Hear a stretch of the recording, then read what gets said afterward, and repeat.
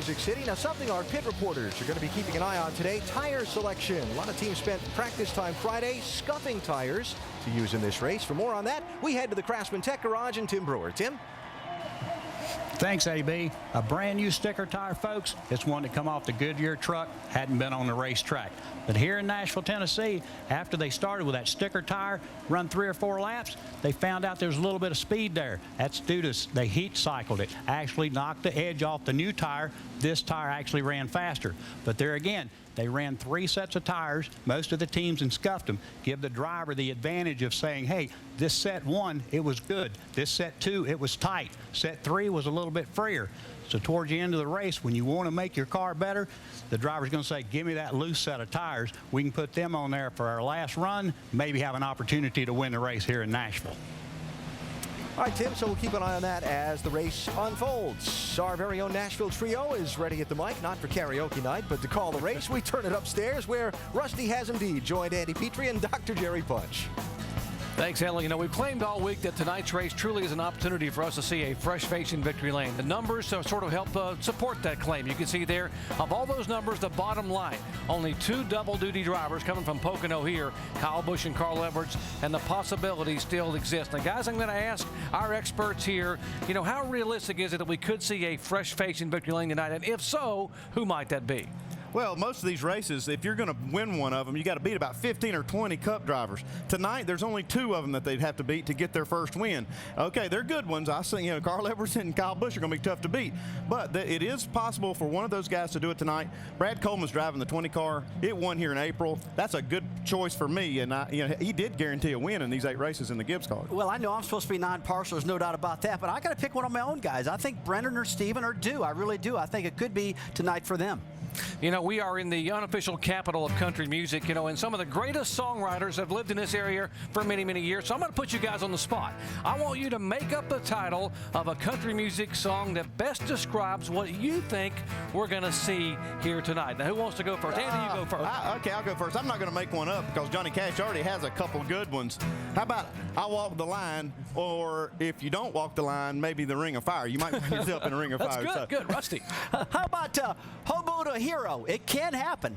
How I tried on Hobo to Hero, it can happen. On a Saturday night in Nashville, I go from hobo to hero, you know? And by the way, if the leader doesn't pass post-race inspection, how about that old Hank Williams classic, You're Cheating Part? That might work. All right, enough levity, or maybe not enough levity from the booth. Let's go trackside for the command. And now for the words you've all been waiting for, please welcome the Federated Auto Parts Outstanding Vendor of the Year from Standard Motor Products, Mr. Bill Collins. Gentlemen, start your engines. All right, fire it up. Danny, it's Bruce. You got a copy?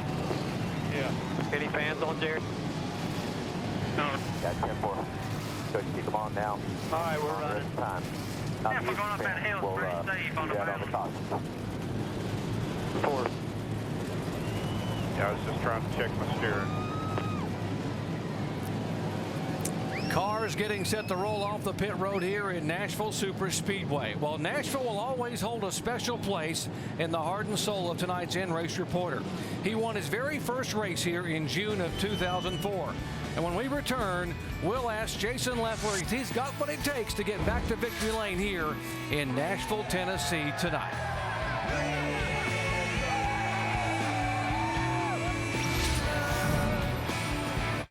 Running a team in my race. Earlier in the afternoon, Kyle Busch returned from Pocono early enough to get in his Toyota and put it on the pole for the 2nd time in 2009. It would be his 17th career NASCAR Nationwide Series pole. And some surprises in qualifying as you watch the ticker come across. 3 of the top 5 qualifiers, their best ever starting spot, with Trevor Bayne, Michael McDowell, and Scott Lagasse Jr. all qualifying in the top 5. Tonight's in-race reporter, the driver of the CC's Pizza Great Clips Toyota, Jason Leffler, starts back in 12th spot. Let's talk to Jason. Hey, Jason Leffler, Rusty Wallace, ESPN. You got us? I got you guys loud and clear. Hey, man, this was the side of your first nationwide victory back when, and I'll tell you what, do you have as good a car as you had back then? That thing was fast then. The Great Clips camera is really good. Scott Zipadelli and all the guys are doing a great job. unloaded here with a different setup than we had in the spring, and it was pretty awesome off the trailer. So I think we got something for him.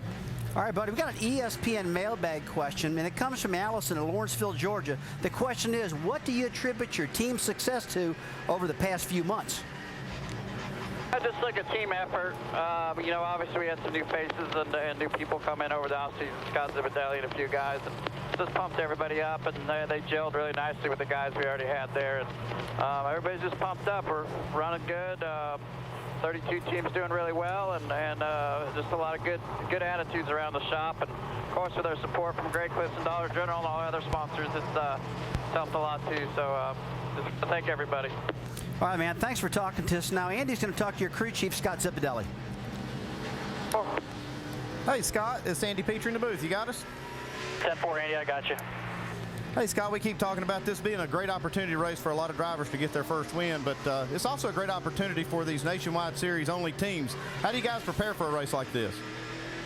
Actually, Andy, we don't prepare for this race any different than we would a normal race like at Charlotte. Everybody back at Braun Racing is working diligently to put the best car on the racetrack that we can. And, you know, this race pays the same amount of points as any other race, whether we got 15 Cup drivers or just 2 of them today. So we're 100% every week. Hey, Scott, what is the difference in calling, say, a nationwide race versus a Sprint Cup race from the pit box? I'd say the biggest difference is this race is only 300 miles long, where, you know, a Cup race is 400 to 500 miles, and we only have 4 sets of tires to work with throughout the race. So we've got to make solid changes. You know, you don't have a time to make a mistake with a change or go the wrong way. So you got to be real smart. You got to be aggressive with your changes, and hope it all works out. Well, I hope it works out for you guys tonight. Good luck, Scott. Thanks for talking to us. Thank you, guys. Appreciate it. Scott Zipadelli, the younger brother of Greg Zipadelli, the championship crew chief for Joe Gibbs Racing Cup car. Now, we'll have onboard cameras in 7 other cars tonight, including Stephen Wallace, who will make his 100th career NASCAR Nationwide Series start tonight. Remember, he finished in 9th spot here back in April. Our over-the-wall camera microphone will be carried by John Buslow out of Denton, Texas, a 26-year-old front tire carrier for the 24 car of Eric McClure tonight. And as for pit selections, Andy, the heavyweights are really spread out up and down pit road. Yeah, you got Mike Bliss. He's in this first pit stall when you come off the racetrack. It's actually the last pit stall on pit road.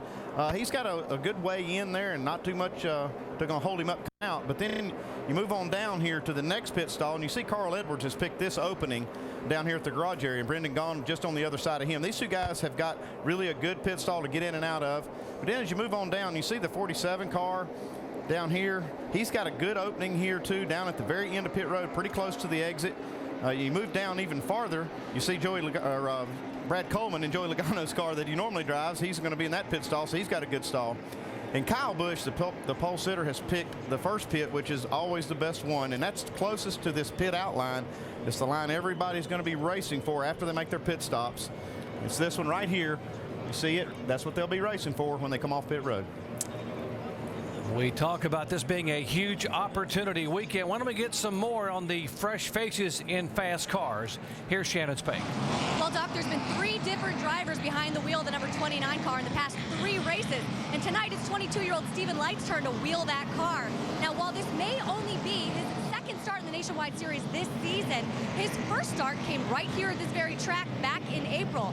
And of course, if you remember back to 2007, Light was one of the drivers who capitalized on these standalone events when he won at Kentucky. So while he may be a young gun, he's certainly got some experience. Jamie? 21-year-old Ricky Stenhouse Jr. making just his 2nd ever Nationwide Series start. Now he's in the 16 car. He has some big shoes to fill. Remember, this team has gone to victory lane 3 times this year. Twice with Greg Biffle, once with Matt Kenseth. He said he welcomes the challenge. But yesterday, a crash in practice sent him to a backup car. He's rolling off 19th. Dave? 23-year-old Sean Case from New Hampshire will be in the black number 2 car today. It'll be his 2nd Nationwide Series start ever. The first one didn't go so well at Dover 3 years ago. He crashed in qualifying, crashed in practice. This one has a chance to be much, much better. Richard Childress believes in this guy, and he signed him to a limited number of races this year. Hope to expand that program next year. Will it go better for him tonight? Well, he's already got 1 monkey off his back. He qualified a solid 13th. Doc? Dave, with the 2 cars entered for RCR tonight, now 700 career starts for the NASCAR Nationwide Series. Tonight's race, 300 miles, 225 laps, pit road speed 45 miles an hour, and a tank of Sunoco fuel about 70 laps. Glad to have you with us here in Nashville, Tennessee. Could it be an opportunity for a fresh face, a newcomer in victory lane? 7 times we've seen a brand new winner go to victory lane here. And folks, tonight, 30 of the 43 starters in this field have never won in NASCAR nationwide competition. Here they come for the green flag in Nashville, Tennessee.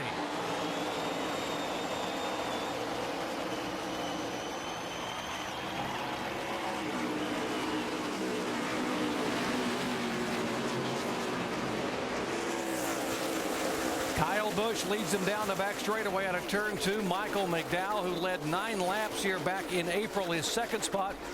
Then Legacy, and they're 3 wide back in the pack. Got them stacked up back here. You see Brendan Gaughan going high right there where Stephen Light gets the advantage. And the 99 car, Trevor Bain, gets way out of the groove. Well, I tell you, early right now in the going, guys, it's real slick out there, and they're trying to get the air pressures up, trying to get the air temperatures up right now, and just trying to fight for position, getting that bottom lane. That's the most important thing right now. Scott Legacy able to get by Michael McDowell. These 2 guys got together at Dover, and Legacy got the short end of it. Now he's able to take the spot away, so McDowell back to 3rd. And here is Carl Edwards, who is hungry for that first win in 2009. Yeah, Carl gets a good run off of turn 4 now on the inside of McDowell. You know, we saw Carl just really have a good car and qualify. Not exactly what he wanted, but he said, hey, this thing, I think it's right on for the race.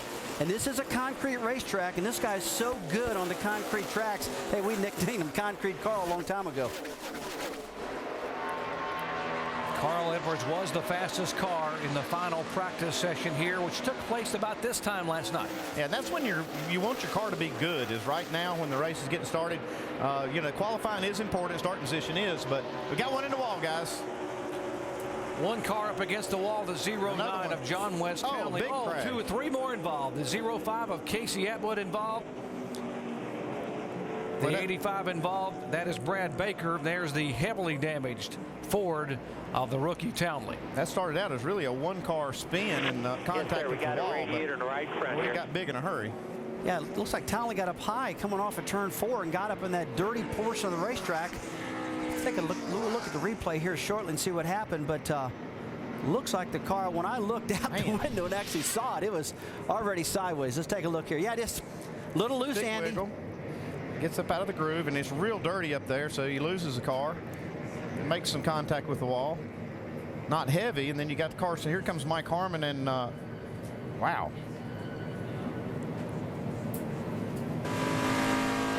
Riding with Stephen Wallace right here. Outside. Just going down the front straightaway. Still there. Outside. Still there. Outside quarter. There's a second impact. Casey Atwood, Brad Baker, the 85, the 07 of Mike Harmon. Good job by the 52 to get downstairs and go around him. Kevin LePage could have been swept into it. So lap 3, turn 4, first caution flag of the night here in Nashville, Tennessee. 4 cars involved, and the 09, the most heavily damaged, the rookie John West Townley, already in the garage area.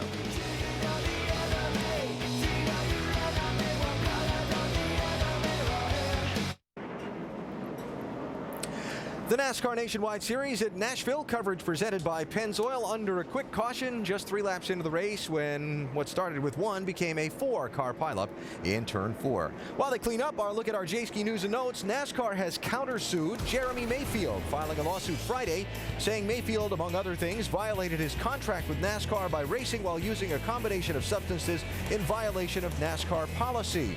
After a 9-team test Monday and Tuesday at the Indianapolis Motor Speedway, Goodyear says all is in good shape for the upcoming All-State 400 at the Brickyard, and double file restarts for Sprint Cup races beginning tomorrow at Pocono. The race procedure change announced earlier this week receiving very positive response from drivers and fans. What about from TV analysts? Oh man, I'm so excited about this, AB. This creates an opportunity. It takes the entertainment value up. The only problem with it is cars that are more than a lap down, but hey, they got to deal with what they got to deal with anyway. It's going to be fun to watch. And I talked to Stu Grant at Goodyear. He is excited about the opportunity to get to Indy and have a a great race with a great race tire. It's going to be a good show. And by the way, when we may see double file restarts in the Nationwide Series, maybe next week in Kentucky. We'll have to see. Cars being brought down pit road to give the safety workers out in turn 4 a chance to clean up the track. Pit road is closed, so no stops among any of the front runners. And let's check with Shannon Spake. Well, we're on top of the hauler right now with Richard Childress. 700th nationwide start between his 2 cars out on the racetrack. Sean Case, Stephen Light, 2 young talents.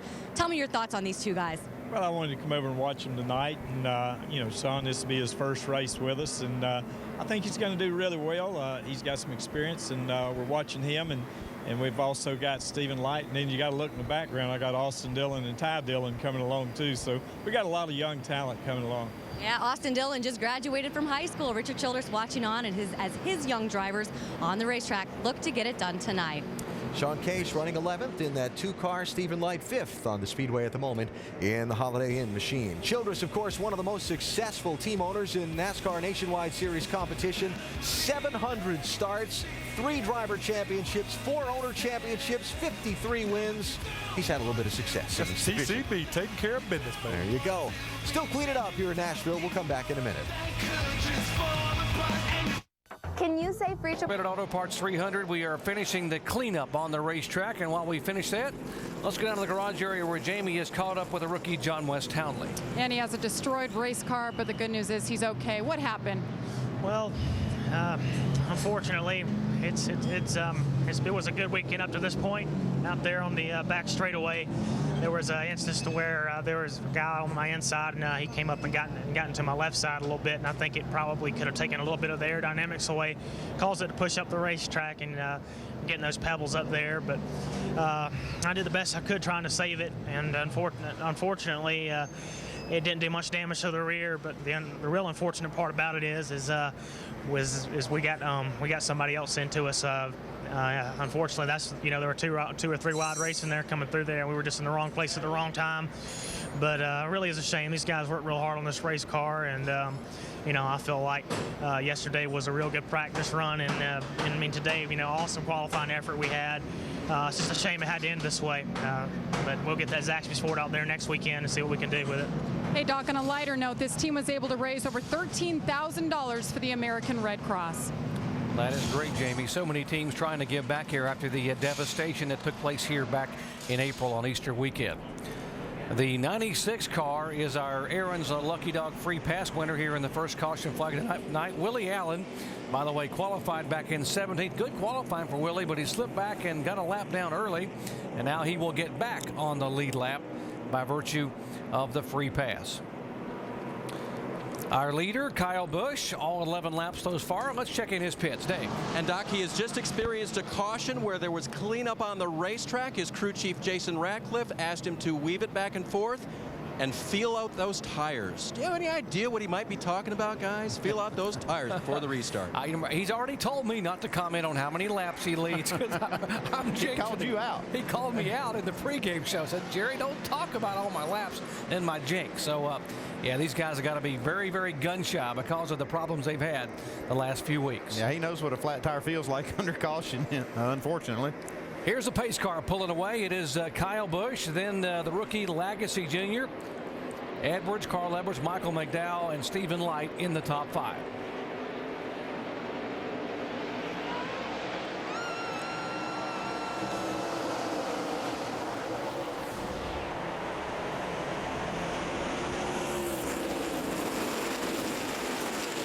Single file back to about 7th or 8th spot. There's Brad Coleman on the 20 car, and the 62 on the outside of him, Brendan Gaughan. I tell you, that was a good job on Brad Coleman's part, ducking to the inside and getting past Brendan. Looks like Brendan's trying to hold tough on the outside, though, not giving it up yet. Here's a pretty good battle. 47 of McDowell under attack from Stephen Light. That is for 4th position. Yeah, right. Mike Bliss, you can see his car gets loose, has to get out of the throttle, loses a spot to Brad Keselowski. You know, right on the start of these races, Andy, it's got to be really tough before these guys can get that pressure up. It seems like they just don't have any grip right off the bat. They're really taking it easy and pedaling those things, so to speak. It's kind of the hairy part of the race. How about Scott Lagasse here? He's put some pressure on Kyle Busch. Hey, I tell you, we need to stay paying attention to Lagasse. He's been getting better and better every week. Got a little involvement with Joe Gibbs. Gets a little help right there. Looks like it's showing right now. That car's been strong every week. Legacy, the 11 car, was the highest finishing rookie here back in April, finished 10th. He's run really well here in 2 ARCA starts, had a 4th place and a 6th place finish. So track familiarity really helps a driver when you come no matter what car you're in. This is a race for 15th spot. Here comes Justin Allgaier on the outside of Trevor Bayne. Bernie Lamar trying to work the outside. Saw Trevor Bayne the first lap of the race, guys, come off of turn 4, get really loose and lost about 10 positions. And I don't know if that car was just way loose at the beginning of that race, or it needs some more time or a pit stop or what, but it looked pretty evil. We just joined our coverage. Trevor Bayne in the 99 car, the 18-year-old, making only his 2nd ever start in the series, qualified on the outside of the front row, has now slipped back, driving the Michael Waltrip Racing Toyota to now the 16th position, but impressed a lot of people here today. Yeah, and pretty impressive he didn't crash on that first lap when he got way out of shape. Jamie, you got more on the 99? Hey, you guys called it. Loose is the condition, and Trevor came over the radio on the first couple of laps and said, I'm just not used to the way this feels. I'm not used to this kind of car. He said, I guess I got to just sit back and just kind of wait it out and let the car come to me. So he's just learning as he goes, guys. Yeah, you just have to experience those things. You just don't know it. I mean, without starting one of these races and knowing what it's like, it's kind of hard to know. 5th position, last week's winner, the 88 car, and the guy who won his very first race here a year ago, Brad Keselowski. And he will slip on the inside of Stephen Light. And 2nd spot now goes to Carl Edwards. And now Carl will set his sights on trying to reel in Kyle Busch. Yeah, right after qualifying, Carl had a lot of confidence in his car. Was telling everybody, hey, the thing's got the feel I need. And I think I got a great car that can win tonight. And we talked earlier about how good he is in the concrete. I'm not going to go there no more. He just really loves this type of surface. Well, I was down in the garage area yesterday, and they were changing a lot of springs and trying some different setups because Carl said they just haven't been quite good enough to win these races. Is that what you're hearing down there, Shannon? Well, right now, Carl Edwards just saying he's a little bit free, but when you were watching him inside the garage, Andy, that was all Dan Stillman's notes. This is actually the first race that Stillman's been at that he's been able to use his notes. Of course, all the other races were Drew Blickensturfer's notes, and this car right here has not been on this track since the last Nashville race, and Carl Edwards is pretty confident, just a little free. Dave? Shannon, in front of him in the lead, Kyle Busch seems a little bit vulnerable right now. Scott Legacy was pressuring him just a little bit earlier. Kyle's radioed to his crew now. Turns 1 and 2, I'm good. Turns 3 and 4, I'm just a little bit tight. And he started asking about the line this 60 car was running just to see if there was something he could pick up on how quick Carl Edwards was going. You know, one thing I think it's really helped Carl on these races that are away from the Cup races where they got to travel so far. Usually they have backup drivers. I mean, Carl was able to do almost all this practice himself, get this car the way he wants it, and that builds a lot of confidence when he can do that. Kyle Busch is a 3-time winner this year. Carl Edwards has not won in 2009. They began the day just 40 points apart, 1st and 2nd in the championship hunt. So it is Kyle, Carl, Legacy, Keselowski, and Light in the top 5. Back in Nashville, Tennessee, under caution for the 2nd time tonight here. Another rookie, Michael Annette, the Des Moines, Iowa driver, and his Germain Racing Toyota spins around and has contact with the concrete. Lap 23. And he is the only car on pit road, although pit road is open. Most of the leaders opting to stay on the racetrack. Still way too early to come on. And we've had 2 rookies in trouble, bringing out 2 yellow flags.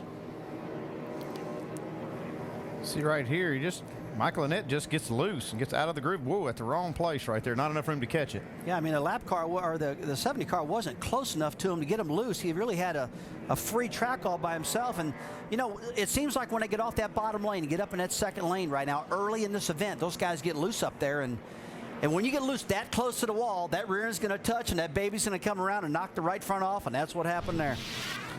62 in Brendan Gaughan also. There's Jason Leffler. He was the highest running car to come on pit road in 15th spot. Dave. They were really, really tight, Doc.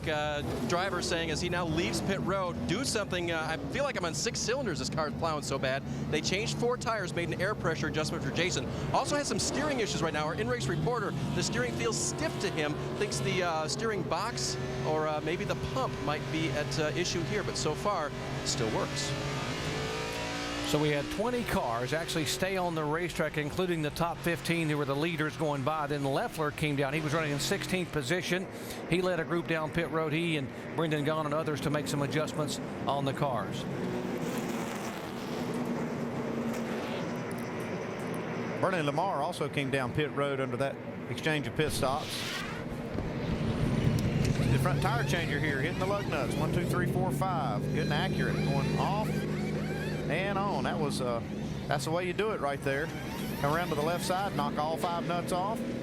Wait for the jack. Wait for it. Here we go. New tire on. All 5 lug nuts. And gone. That's the way you do it. I'm glad it's the first week for DJ Rickardson on this race team. That guy's qualified. He's a really good tire changer. He was a tire changer for you, Rusty Wallace, for a number of years. That his career, one of his career highlights was winning at Martinsville with you on that Blue Deuce back in the Penske days. Tough guy. Kyle Busch has led all 26 laps thus far, and again we are under caution for the second time today. Let's listen in a little team radio there with the Joe Gibbs efforts. I don't want to piss you off, but you're getting off better than him in 2. I think he's out handling you down the straightaway. We told you earlier that they were talking about the line that the 60 car was running. That's what they were saying. And so Kyle adjusting where he needs to. His car is still a little bit better, but then there are laps where Carl's car is better. So those cars are really close, Doc. As we get ready to restart, should be a good race. Great race, Dave, and I guess crew chiefs and spotters working together to be able to let these guys know who's running what line. Oh yeah, you're always watching for that because that line can change around in the middle of a run, and you want to make sure your driver's running where he needs to. Well, we talk about lines. We haven't run long enough to get these lines moving around yet. It's only 26 laps in this race, and here we go. Back to green flag. We'll see now if Carl Edwards can reel in Kyle Busch. Scott Lagasse still in 3rd spot. Keselowski now up to 4th, and the challenge back for 5th. Again, here goes McDowell underneath the 29 car of Light to try to take that spot away. See what I've been seeing, guys, early in these restarts. That 20 car, I mean, he has been really aggressive. Going to the top, going to the bottom. Brad Coleman, he wants to win this race, that's for sure. Stephen Light able to hold off Michael McDowell on the outside. I really felt like when Michael McDowell got on the inside, he would get this spot, but he hasn't got it yet. I know there's a lot of high hopes for that 47 car. That thing's been in a wind tunnel quite a bit. And I'll tell you guys, that's one of the best looking cars out there. Pretty good battle back in the pack coming at you there. The 2 and the 66. Sean Case making only his 2nd start. Driver for Richard Childress. And Stephen Wallace, 100th career start.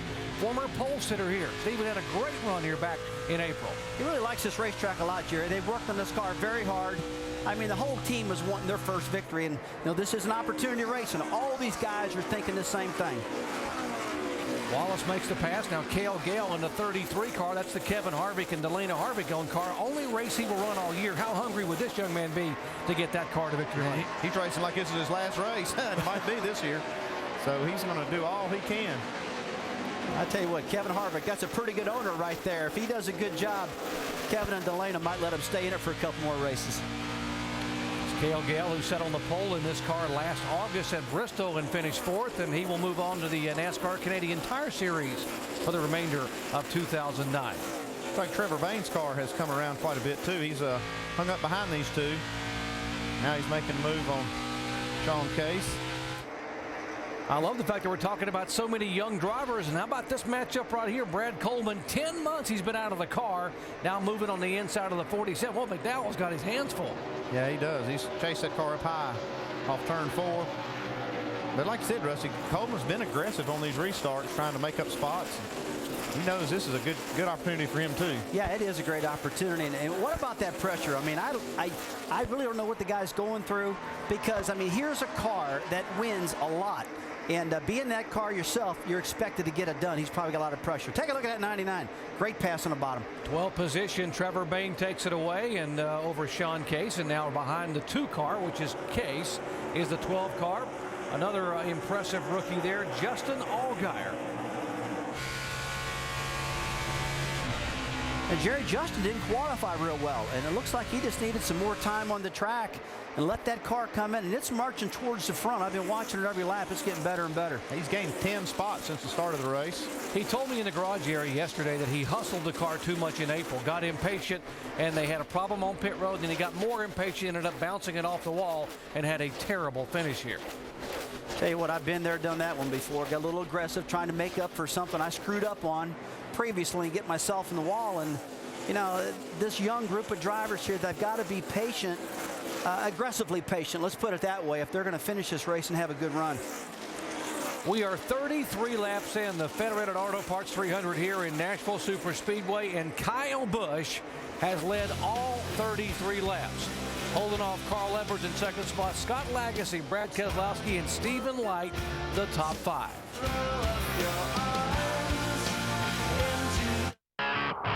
Busch led all of the laps so far, 40 of them complete. Right now, there you see the gap from Kyle back to second place, Carl Edwards. Been talking about a lot of different faces in different places in tonight's race. Let's get up to speed with Nationwide Insurance, starting with Shannon. Well, there's Stephen Light in the 29 car. It is only his second Nationwide Series start this season. I spoke to him right before he climbed in the car. He said he felt great. He said it took him a very short time to get up to speed in practice, a lot shorter than it did when he was here in April. He's working with crew chief Doug Randolph for the first time. He's also working with spotter Mike Dillon, who of course is Clint Boyer's spotter. Right now, the car is just a little tight. Dave? Brad Coleman trying to chase that car down to get by him. That's that yellow number 20 here. Brad in the car that won here back in April, driving for Joe Gibbs Racing. In practice yesterday, he was asked to sit up on top of the hauler for a little while by crew chief Dave Rogers and think about his part, the driving part, because he was worrying too much about setup. Rogers says, that's my job. He worried about it overnight, made some changes, and now they're in their rightful places. Jamie? Trevor Bayne started second, slipped back way back to about 18th position, said the car was just way too loose, but he's being patient, said as the track temperature comes down, the car is coming to him. He's happy, and he says he's learning as he goes. Behind him, Cale Gale in the 33. We touched on him a little bit, sitting 13th right now. His only start in the car this year for Kevin Harvick Incorporated. This is a kid who's worked for this company for years now. Delana and Kevin Harvick would want nothing more than to get sponsorship to keep this kid in the car, but sponsorship is the issue, so right now he's driving for a job. And Sean Case in the 2 car, guys. You can imagine Clint Boyer's at home or at the track in Pocono watching, going, man, that's the car I won with. So Sean Case making his first start for Richard Childress, and he told me today it's just a thrill of a lifetime to be here at the racetrack. He's trying to stay calm. Spotter is talking to him a lot, guys, giving him a heads up, trying to tell him what the best line is around this track. Alan? All right, Jamie, thanks. So some stories on some of the different faces in different places in tonight's race, and we take a look at our Holiday Inn Express race summary. 2 caution flags so far in the race. Only one race leader. That's Kyle Busch. Imagine that. Put it in Nashville terms. Second verse, same as the first, or same old song and dance. I'll tell you, and he is tinkering around. He doesn't quite feel that race car is perfect either. That's what's scary, and he is absolutely checked out on the field. Hopefully Carl Edwards can get that race car underfoot and run him down and give us a race. 9 cars out of the race at this point. And there we go with 45 of 225 laps complete in the event. Expect pit stops from the leaders if we should see the caution flag. Right now, Brad Keselowski trying to back up his Dover win a week ago by holding on to 3rd position. Remember, he took this race 1 year ago. Can he catch the top 2? No surprise, the top 2 in the championship. Carl Edwards running second, 2 seconds behind Kyle Busch, the man so far in Music City. Our leader here at the NASCAR Nationwide Series at Nashville, presented by Pennzoil. He has led all 51 laps thus far. Great battles all around this 1.3-mile concrete oval. There's a 66 car. That is Stephen Wallace continuing to march. He's now in 6th spot, gone by Stephen Light. Behind him, the 29 car. That is Jason Leffler. Remember, Leffler, one of the cars that came on pit road and made a tire change, and he has now moved all the way back up to 10th position. Yeah, he said his car was very tight, and they came in and made a big adjustment on it, put tires on it, and it's really paying off. He's moving up quick. You got more on the 38, Dave? Yeah, he said it's 10 times better as he now gets pressure from Stephen Light on the outside, and here comes McDowell right behind him, but 10 times better. The problem is, as he gets a little wiggle there, he says it's not even close to what we had yesterday in practice. So they're still fighting it, even though he's made up position since that restart. About caught himself in a little jam right there. Ooh, they run out of real estate real quick. They start stacking up. Those guys did a good job, didn't they, getting out of the throttle?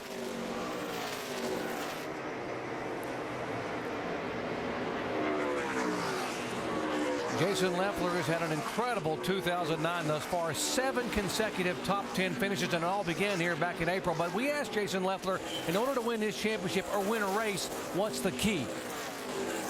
And another big challenge is Kyle Busch, you know. So if you can outrun him, chances are you're going to win the race on that particular day. Pretty well sums it up. You beat Kyle Busch, you're probably going to win the race. A tire gone down or something. starting to slide around like crazy. That's probably you're all trapped in dirty air there, bud. Not bad. I think I got something going on. He thinks he's got something going on there. He said he thought he had a tire going down. I tell you, that thing's awful loose, but that 47 car is right up his tail, and that'll make you big time loose. He's been jammed in traffic there, guys. Not getting any air to that front end, Andy, or that rear spoiler. That's going to make the car handle bad. Yeah, the car looks good right now. I think if he just settle down here, run a few laps, and maybe if he could get by this 29 car, I think he'd have a whole different attitude about his car. You know, like you said, that he probably didn't see what we saw when that 47 was basically touching the back of his car coming off the corner. That'll make you feel like you got a flat tire. Well, I'm going to agree with you on that one. There's no doubt about that. When Michael McDowell was that close to Jason, I mean, I don't think he knew how tight it was. Now let's see if it changes. He's able to get by Stephen Light and take the 9th spot away. Now Light behind him in 10th, and Trevor Bain, as you heard him talking a moment ago, now marching back toward the top 10, back in the 99 car, and McDowell behind him. He'll probably say, hey, Scott, I think it's okay now. It fixed itself. McDowell now up completely against the 99 car on the front stretch. Pushes him by Stephen Light in the 29. Well, if it's not doing right, getting away from all those cars definitely helped that 38 car of Jason Luffler. 47 car seems to still stay struggling just a little bit. And also the 29 car, Stephen Light, a little more struggle than I expected out of that team. Yeah, he slipped back to 12th spot now. Now, we talked about this being an opportunity race for young drivers, but how about a guy that's been around a long time? 67-year-old Morgan Shepherd is our biggest mover, folks. He has now gained 20 positions from the start of the race all the way up to 23rd spot. And there's Morgan driving in his Chevy. Now, Jerry, he's just not getting lucky here. I'm watching his lap times, and Morgan's doing pretty doggone good out there. I mean, it's a good-looking car. I mean, the body on it looks good. Looks like it's running down the straightaways, and I'm pretty impressed with what I'm seeing right now. Andy, he's not out here just to make a race. He's out here to race the race. Oh, that's all he's ever known. His 13th place finish at Las Vegas early in the year. He just loves racing, and he's doing a good job tonight. This is an opportunity for old guys, too, huh? Absolutely. 67 years of age, 250-plus starts, and 15 wins for Morgan Shepherd. Well, leaders should be moving in on pit stops here pretty soon, as the top 8 cars have not been on pit road as of yet. So we'll watch and see if Kyle Busch, Carl, and company come on the pit road when we come back in just a moment. The NBA Final. Working lap 64 of the NASCAR Nationwide Series at Nashville, presented by Pennzoil. And our leaders should be on pit road momentarily. I already had a couple come in. The 27 car of Jason Keller had a flat right front tire. He pitted on lap 61. Brad Coleman has been on and off pit road. There's Bobby Hamilton Jr. in the 81 car coming in for 4 tires. Of course, Bobby lives in nearby Mount Juliet, Tennessee, one of the local favorites here. As he leaves, we'll mention that Scott Wimmer has been on and off pit road in the 40 car, and we're still waiting for Kyle Busch and Carl Edwards and Brad Keselowski, their front 5, to be able to come on the pit road. And Andy, it shouldn't be long. No, it should be the next 3 or 4 laps. You'll see all of the leaders come in. I think when they saw that tire going down on Jason Keller's car, like I said, it makes people a little bit nervous. If they feel something funny, they're probably going to come on in. And you see the 99 car now on pit road, Trevor Bain. 99 right side of your screen. That is Trevor Bain. And he's coming down 45 miles an hour headed toward you, Jamie. And first pit stop with this team, Trevor Bain started second. Remember, the car started coming to him as the track went down, the cool down. He's going to take 4 tires and fuel for the 99. Doc? Making only his 2nd career start in the series, and been very impressive here. Even more impressive when he held onto a loose race car in lap 1 and kept it out of the wall.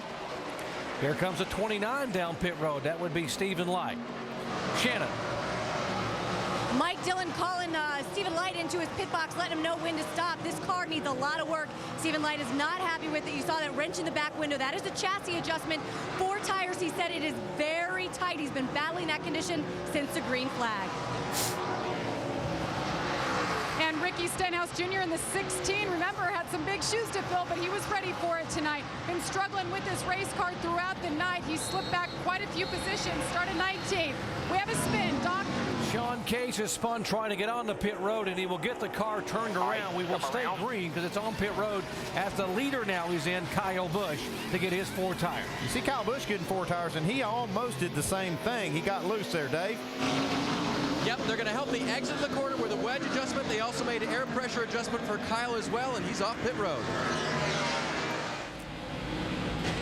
Dave, Carl Edwards in that 60 car says the car is perfect in 1 and 2. He says it's just a little bit tight in 3 and 4. He told his crew chief Dan Stillman, do not affect the balance. Air pressure and 4 tires for Carl Edwards. Edwards leaving, Michael McDowell coming in, as is the 33 car of Cale Gale. These are cycles of leaders' pit stops. Here is McDowell. Dave. Here's the race car that has been tight, tight, tight. The orange car gets a wedge adjustment in the rear window, or maybe a track bar, guys. Looks like it goes down there in the back, so they will try to raise that track bar and make that a little bit better. Air pressure adjustment as well for McDowell. Remember, very good here in the spring. Very good car here again tonight for the 40-17. 33 comes out behind him. By the way, in a penalty too fast on exit for the 11 car, Scott Lagasse. That will be a pass-through penalty and a costly one for the driver who was running in the top 5. Here's Stephen Wallace in. Dave. Stephen Wallace doesn't want any adjustments to this race car. It's been running pretty well for him. He's moved his way steadily into the top 10. They will change 4 tires, take on a full load of Sunoco fuel, and make their way back off. But it's nice when you can say no adjustments, and he leaves. Shannon. Dave, Mike Bliss was so happy with his car in qualifying. That one car you see right there on your screen. He said, boys, I'm ready to go win another one. Right now the car is a little bit tight. They are going to make an air pressure adjustment, and Mike Bliss is out of his pit box. Tremendous amount of confidence from Mike Bliss and the entire James Finch team, given what's happened to them the last few weeks. Not only the win, but how well they have run with this one car, as well as their Cup entry, picking up that big win at Talladega with Brad Keselowski driving the Cup car. Brad Keselowski in the 88 car, and he is our leader. He should be coming on the pit road here this time by. He's the last car that of the leaders that did not pit at lap 25. And these other cars like Jason Leffler, he's going to have 25 extra laps that he can run before he has to make a stop. So these cars are going to be kind of vulnerable to that because they didn't make their pit stop under caution. You got that right. That would make me really nervous if I knew that I'm out there and I got to pit and I'm a lap down now. And guys that pitted earlier into that caution are looking pretty good right now. If the caution comes out, they'll get them all a lap down. Dave? Brad said he needs to start out his runs a little bit looser, so they will take air out of the left rear tire, and they will take on 4 tires. They'll also fill it full of Sunoco fuel. They'll hold the mayo until they get that full, and then they'll set Brad Keselowski back off pit road. It looks like a good stop, and he's gone. Last week's winner at Dover and last year's winner right here in Nashville, Tennessee, pulling back on the racetrack after going 72 laps on a tank of fuel. Well, with that cycle of pit stops, the guys that came in on lap 25 are up toward the front. Kenny Wallace was the leader. He has now come on the pit right now. Jason Leffler has gone by him as the leader. There is Jason. Talked about he is our in-race reporter tonight. Got his very first win at this racetrack back in 2004.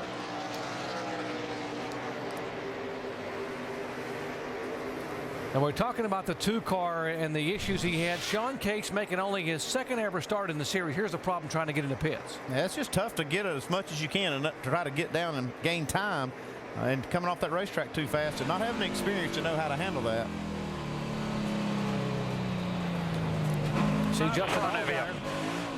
He thought the caution might come out and started to come down pit road and realized when he didn't, he pulled back up on the racetrack. No, it cost him a ton of time. Oh, yeah, absolutely. I mean, it's probably the right move thinking the caution would come out. In fact, when we saw it, I thought it was going to come out, but the 2-car Sean Case got that thing refired, and because of that, 12-car lost a ton of time. Now, the top 8 cars on the racetrack right now pitted at lap 25, so they've got about 25 laps extra they can run on these guys that made their pit stops under green.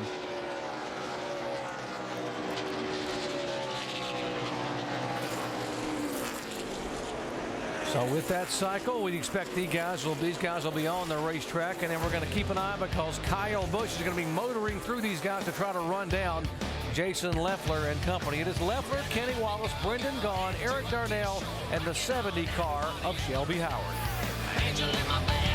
Remember when I got my name? In Nashville right now, different pit stop schedules ongoing. Jason Leffler is your race leader. Kyle Busch led the first 67 laps. Leffler and a bunch of guys pitted at lap 25. The leaders made green flag pit stops between laps 63 and 73. So what it's left us with is 9 cars on the lead lap, and that car, the 88 Brad Keselowski, in a very perilous position. He was the first car a lap down. He's not anymore. He's got to chase somebody down and try and continue to put himself in that first car a lap down position were the caution to come out before these other guys have to stop. This is totally messed up, my chart I've got over here. I'm all screwed up. But yeah, he's got a good opportunity. But as the race goes on and as laps wear on, he's going to get run down. He's going to be caught. May also have a chance to try and catch Jason Leffler and unlap himself the natural way, if you will, without the help of the free pass. We will see. And again, all that just if the caution were to come out. Now, Brad's brother Brian in the race. You see the logo on his car, that of the Detroit Red Wings. The Keselowskis from Michigan, and obviously big Red Wings fans. Well, Brian's had that logo on his car for nothing, basically, just to support his team playing in the Stanley Cup Finals. Well, that was taken note of, and Brian was the guest of the Detroit Red Wings up at Game 2 of the Stanley Cup Finals in Motor City last weekend, a game which, by the way, Red Wings won, and got introduced, had video of his car shown on the Jumbotron. Big deal. Cool. Good stuff, man. And Good stuff. Being a hockey guy, I was hesitant to tell that story because my Bruins are not in the playoffs anymore. Yeah. So, Doc, that's pretty cool, huh? When your favorite sports team, you do something just to support them, and they say, hey, come on out. Yep. Yeah, he got a nice ovation at Joe Louis Arena last Sunday night when he was there, and everyone they showed his car on the Jumbotron and said, wow, how about a great Red Wings fan and racing here on ESPN and ABC each week in the NASCAR Nationwide Series. Good for Brian Keselowski. Guys, it looks like about another 5 or 6 laps before these guys have pitted. Lap 25 hit pit road, and this whole situation rights itself again. But right now, still pretty vulnerable. So for those guys that had a pit just a little while ago. Possibly some issues arising on the 38 car. Dave? They're the ones we reported earlier on the steering, but they seem to be getting worse. Jason complaining, I think I'm losing power steering, and I'm not looking forward to that. They'll need to pit about lap 95. Tim Brewer in our Craftsman Tech Garage, is there anything that they can do on that pit stop to try to help the power steering? One of the things you can do, Dave, is this is a power steering reservoir. If it's leaking fluid out, you got a line loose, just a little bit of fluid going away, it's going to cause the pump to cavitate, actually pump air. And anytime the pump has cavitation in it, you get an irky feeling or a tight feeling in the box. And one thing a driver does not want to stand is something to do with the steering and the gas pedal and the brake pedal. Those three items have to respond at a driver at any time when he's having a problem with them. Makes them very unstable. Thanks, Tim. And Rusty, how about the power steering? If it starts to catch you and pull you, I know you drove before they had power steering, and afterwards, how difficult is that for Jason? Well, that's really difficult, Jerry. I mean, for a driver to have to negotiate that. But, Andy, I tell you one thing I've heard last weekend, there were several drivers starting to have problems with firewall bushings actually locking up as it gets hotter and hotter around those exhaust systems. And as he said, it's getting worse and worse and tighter. It makes me think that maybe it is that firewall bushing. Yeah, whatever it is, it's important. Got a couple cars on pit road. Bernard Lamar peeling off, make his pit stop. Kevin Conway continuing on down. There's Lamar, who lives here in Nashville, Tennessee. And you see Kevin Conway, second start of 6 in the Joe Nemechek Toyota. I would expect to see Jason Leffler and Kenny Wallace, Brendan Gaughan, some of these guys starting down pit road in a few laps. See, Brad Keselowski now has caught Jason Leffler. Going to unlap himself. Until tonight, Jason Leffler had led just 1 lap in the first 12 races of the year. That lap was at Charlotte, and he has now led 20 laps in a row, but that's going to go away here in another 4 or 5 laps as he will head to pit road. Yeah, we're starting to see these guys now that pitted on lap 25 starting to hit pit road now. Kind of onesie, twosies at a time, so to speak, and I think around lap 95 is when everything's going to happen. Screw bud, pit this time. Remember, keep your RPMs up as much as you can for your steering. Okay, there you go. Leffler was the first one that hit on 25, one of the first guys, and now he's coming down pit road the next time. So, Andy, I think a lot of them are going to follow. You heard Scott Zipadelli, his crew chief, saying keep the RPMs up just in case that, that's the problem with the power steering. They want to make sure that they keep it where he can steer it when he does get down the pit road, because right here is where it's really difficult. You got to chase that steering a little bit. See all the smoke coming out of the back of the car. That yellow line right there is where the timing mark starts. One of them, and they've got to get that thing rode down there. Boy, it seems like an eternity at 45 miles an hour getting all the way down pit road. And Dave, he's headed toward you. Yep, it's slow, Doc, on pit road, but that's a safety factor, and that's a good thing. They'll go to work on this car in the way of fresh rubber, an air pressure adjustment, but they will not go under the hood right now to try to give any assistance to that power steering. Jamie. And Eric Darnell in the 6 car making his second start this year with this team. He said he just needs to free it up just a little bit. Remember, he pitted earlier. He was on that front spot of the top 8 cars, guys. It's going to be 4 tires and fuel for the 6th of Eric Darnell.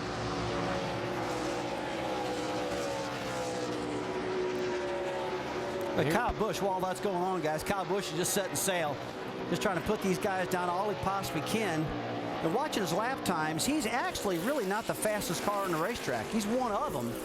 And the last time by, Carl Edwards was actually the best car on the track for his speed, him and Brad Keselowski. And your younger brother, Rusty, Kenny Wallace, is being shown as the leader. Now, he and Brendan Gaughan are the 2 cars that are left that have to come down, as is Shelby Howard. There's a 28 car. And a great run for Kenny Wallace, the former 3-time most popular driver and 9-time winner here in the NASCAR Nationwide Series. Tell you what, I'm not just saying this because he's my brother, guys, but he's been doing a great job in that U.S. Border Patrol car, really giving a good run to that car, and is hoping for some strategy to pay off right now. If this caution did fly, he'd have everybody a lap down. Here comes Morgan Shepherd on the right side of your screen. Morgan was running in the 8th position. And he moved up in there with that strategy. He has a good pit stop right here. He's going to try to just stay on the lead lap if possible. See what a difference those fresh tires make for Jason Leffler, able to pull back on the racetrack and just go sailing by on the inside of Kenny Wallace. And that does put Leffler back on the lead lap. So Kenny Wallace, the leader. Brendan Gaughan in second spot. Both those guys pitted on lap 25. Then Kyle Busch has moved all the way up to 3rd after moving up through the field. Back and forth is Shelby Howard, one of the cars yet to pit. And he would be the last of the 3 cars yet to come on pit road who made that stop back on the early caution flag. You can see by looking at the ticker, there's only 8 cars on the lead lap until Kenny Wallace makes his pit stop. But Brendan Gaughan right there in the U.S. Fidelis car, I mean, they are getting killed. He's coming down pit road now. You see his hand out the window, waving off the car behind him. That's Kyle Busch. He's losing a lot of time out there staying out in those old tires, but he had to do it in case a caution flag flew. Yeah, once you pick that strategy, you got to stick with it until you play it out. And if the caution did fly, it would have been a great break, but it didn't. Here comes Brendan Gaughan, Shannon. Brendan Gaughan described this car in 2 words, dog tight. It's been tight the entire race. You see those guys over the wall, they're going to take 4 tires. They did make a track bar adjustment on their first pit stop, which was on lap 25, but they just want to give Brendan Gaughan a little bit relief in this 62 car. So Gaughan is in, so is the 70 of Shelby Howard, and a pass-through. Ether. He needs ether. Kenny's just run out of gas. Andy, you know what that means? It means he's out of fuel. Calling for the ether. Ether. Yeah, he's kind of in a panic situation. He knows he's out of fuel. He played this strategy all the way to the end, trying to catch a break. We might explain what he means by ether coming on pit road. It's just a can of ether that you use for starting fluid, and it helps get the motor started back up. Now, the problem he's got right now, the engine's not running. 2 tires, guys. I don't think it's running real well right now, if at all. And coming out pit road probably doesn't have a tachometer to control the speed. Or yeah, you see him spraying the can. The ether into the cow opening. This is going to be hard to get it started. It's still going to take a little bit to get this thing fired off. They can only push this thing 3 pits, and then they have to stop pushing. The ether combustible spray to be able to get spark in the carburetor so they can get the carburetor and the engine to turn to be able to pump fuel up there. This is a tough break. It finally does take. Go. He's gone. Now he's going. So they might have stayed out 1 lap too many. Kenny Wallace stayed on the racetrack to be able to lead, and frustration down there in the U.S. Border Patrol pits. Tough break for Kenny. who had led 7 consecutive laps. Well, the cycling of pit stop is completed. Kyle Busch back up front, Carl Edwards, Brad Keselowski, Brad Coleman is 4th, and now Mike Bliss being shown in 5th position. Can you say free? Looks like I'm going to have to sit home all day tomorrow watching TV, doesn't it? I'm going to be there. Kyle Busch now cycled back around as we are just now 4 laps away from the halfway point. Kyle has led twice for 76 laps. And obviously, they must have made some adjustments to his liking. That air pressure really helped me turn. If I get it to the perfect mile an hour, dude, it cut. It's fun to listen to Kyle describe his craft and to know that what he just said is, it's not me slowing the car down to get to that perfect mile an hour. He's driving that thing as much as he can every single lap to get it to operate correctly. Now, Andy, would that be fun to adjust on a car for a crew chief for a driver like that? Or is that tougher when he has to drive it so hard to get it to work the way you set it up? No, Dave, it's good to have a guy that drives that hard. Anytime you've got a guy that pushes the car like Kyle Busch does, it exposes what the car needs quickly, and that helps the crew chief make decisions real easily on what to do and adjustments to make. So that's exactly the kind of driver you want in the car. I like that type of driver. One thing I like about Kyle, from what I hear from a lot of people I talk, he calls for his own shots a lot. I want this shock, I want this spring, I want this air pressure. A lot of the drivers just say it's pushing or it's loose and let the crew chief, engineers all make all the decisions. Kyle makes a lot of those decisions himself because he's in the car, he knows what he wants. And he has a great relationship, great chemistry with Jason Ratcliffe. You saw there on the near person on the box a moment ago. Pretty good battle here brewing for 10th position. Trevor Bayne and Cale Gale. Gale in the 33, Trevor up high in the 99 car. These are the last 2 cars on the lead lap. You see, if you look just behind them, there comes Kyle Busch. So they're not just racing each other, they're racing to stay on the lead lap. Kyle Busch will come by and get the crossed flags, signifying that we are halfway home here in Nashville, Got a car Tennessee. against the wall, guys, in turn 4. There's a 26, and the Red Wings up against the board. Caution's out. What's going on? Ryan Keselowski scrapes it, and it will bring the yellow out for the 3rd time.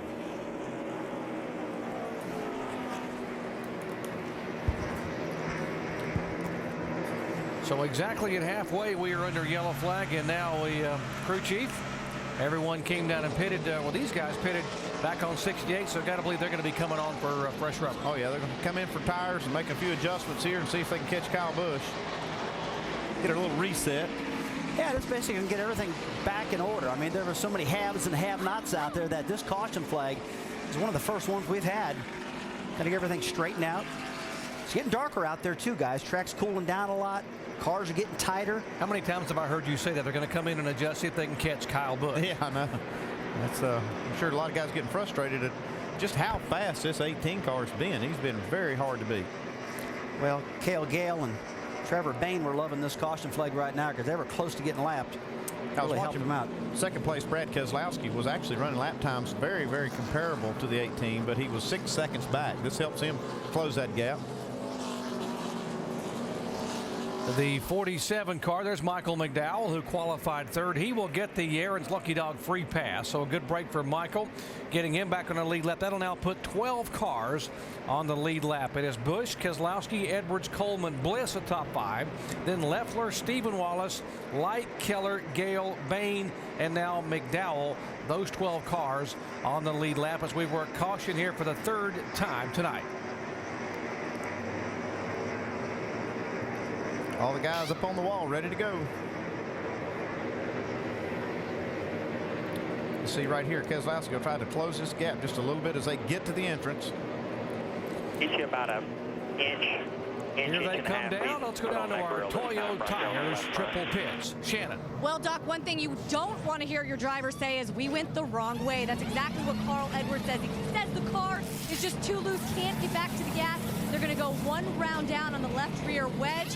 4 tires for that 60 car. Dave. Second place Brad Keselowski will make some changes to that race car. Air pressure adjustment in that car just a little bit tight. Your leader car Busch will come down pit road. 4 tires for him. Another air pressure adjustment. Front tire carrier Brad Donaghy will slap a piece of tape on the front of that car as well because just a little, it's right on the edge of loose and tight. There goes the tape on the car. Well balanced for Kyle. He goes off 2nd. So, wow, a little strategy there for Jason Leffler, +5 spots. Gets right sides. He had some fresher lefts. And a piece of tape on Kyle Busch's car. That'll cost him a spot. Maybe it'll help his race car. We'll update what that will do with our experts when we come back in just a moment. When your engine...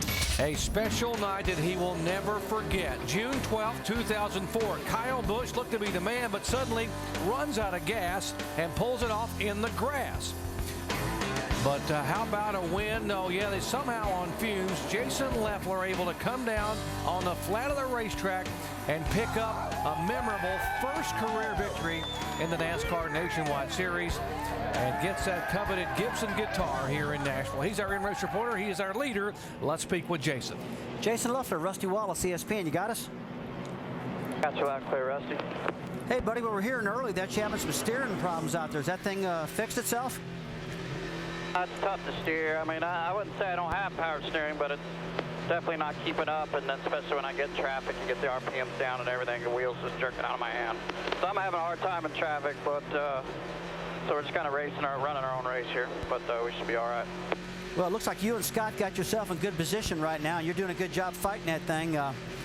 How's this strategy going to play off for you? Feeling pretty good about it right now?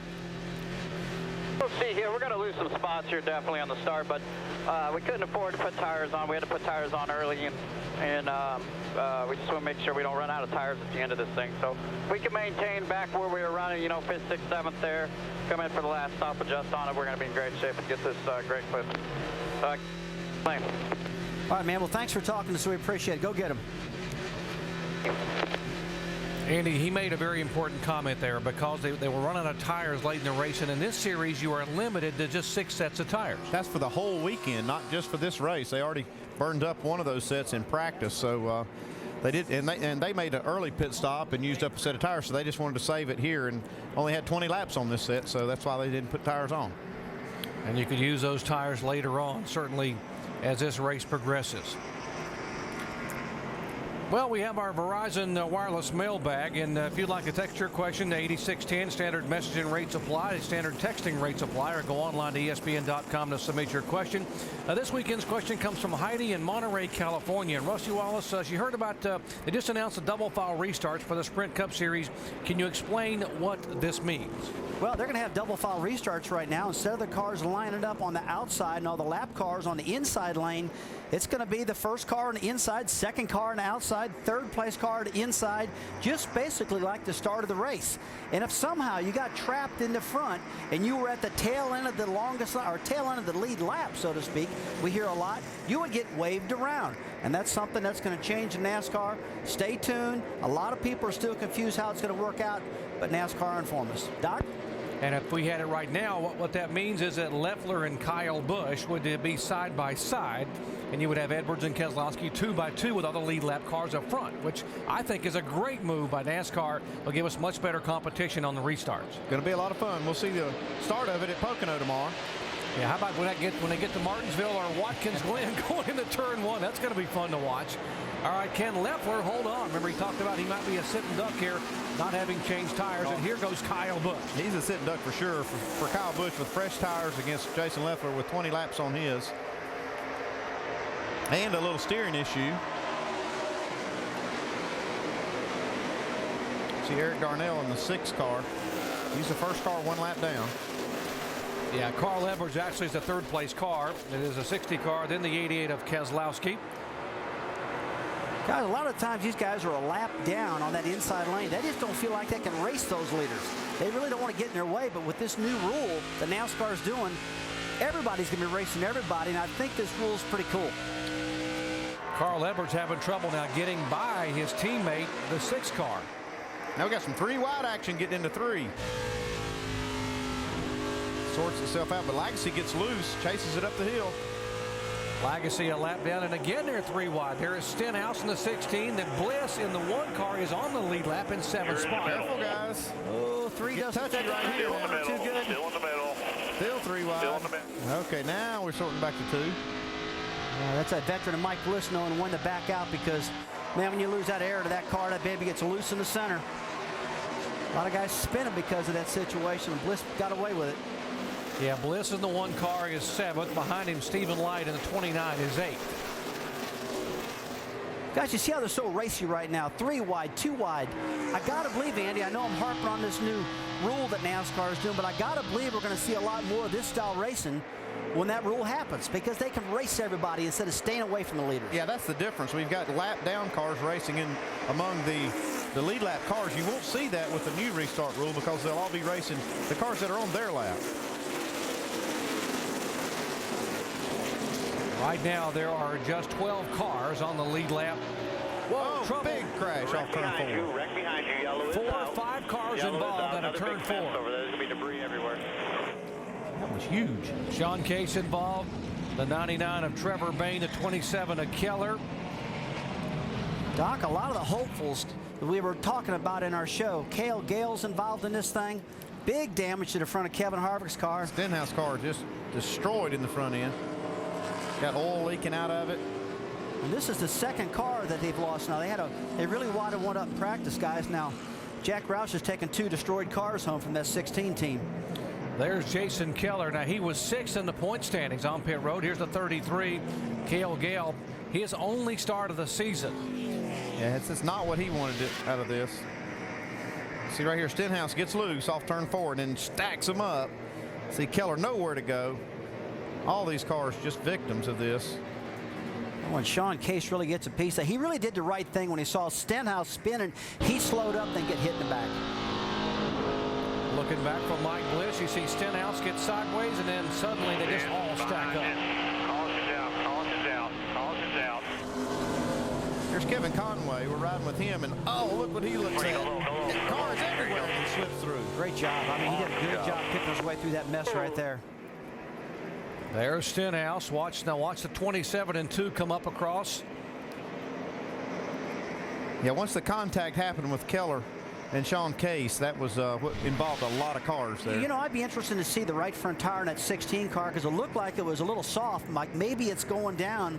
When it came by, it looks like the sidewall was really flexing. And if that right front was going down for Ricky, that could have caused his spin. So again, the cars involved here. 4th caution flag of the night. Ricky Stenhouse. There's Cale Gale in the 33 car for Kevin Delana Harvick. 27 car of Jason Keller, the 6th place man in the points. The 2, there is the 2 of Sean Case involved, and the 99 also involved Trevor Bayne. There is Case's car. He is back on the racetrack, but considerably beaten up.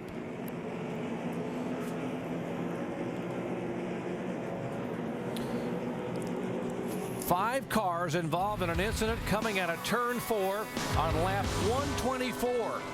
Now Kevin Conway somehow gets through all this. They're spinning, they're sliding, and he threads the needle to get by.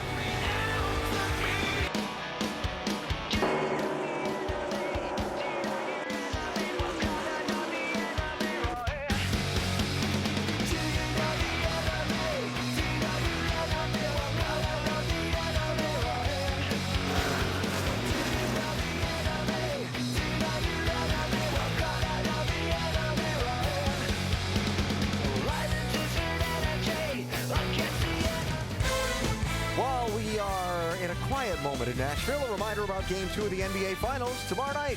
ABC, Dwight Howard and the Magic try and regroup after their Thursday night loss in Game 1. They will need to get past Kobe Bryant, who dropped 40 on them in Game 1. 40.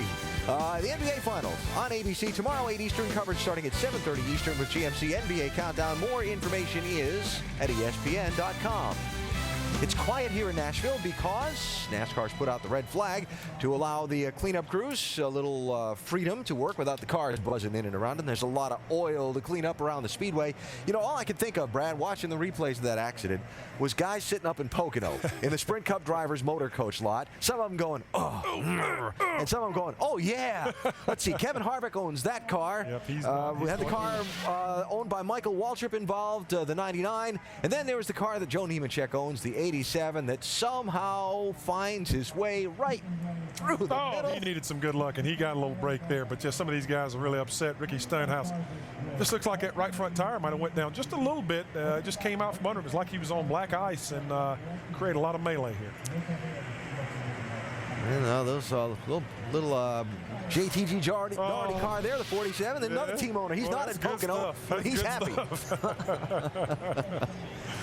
So cars involved in the wreck: Stenhouse, Keller, Case, Trevor Bain, and also Cale Gale. We mentioned Keller. He is with Shannon.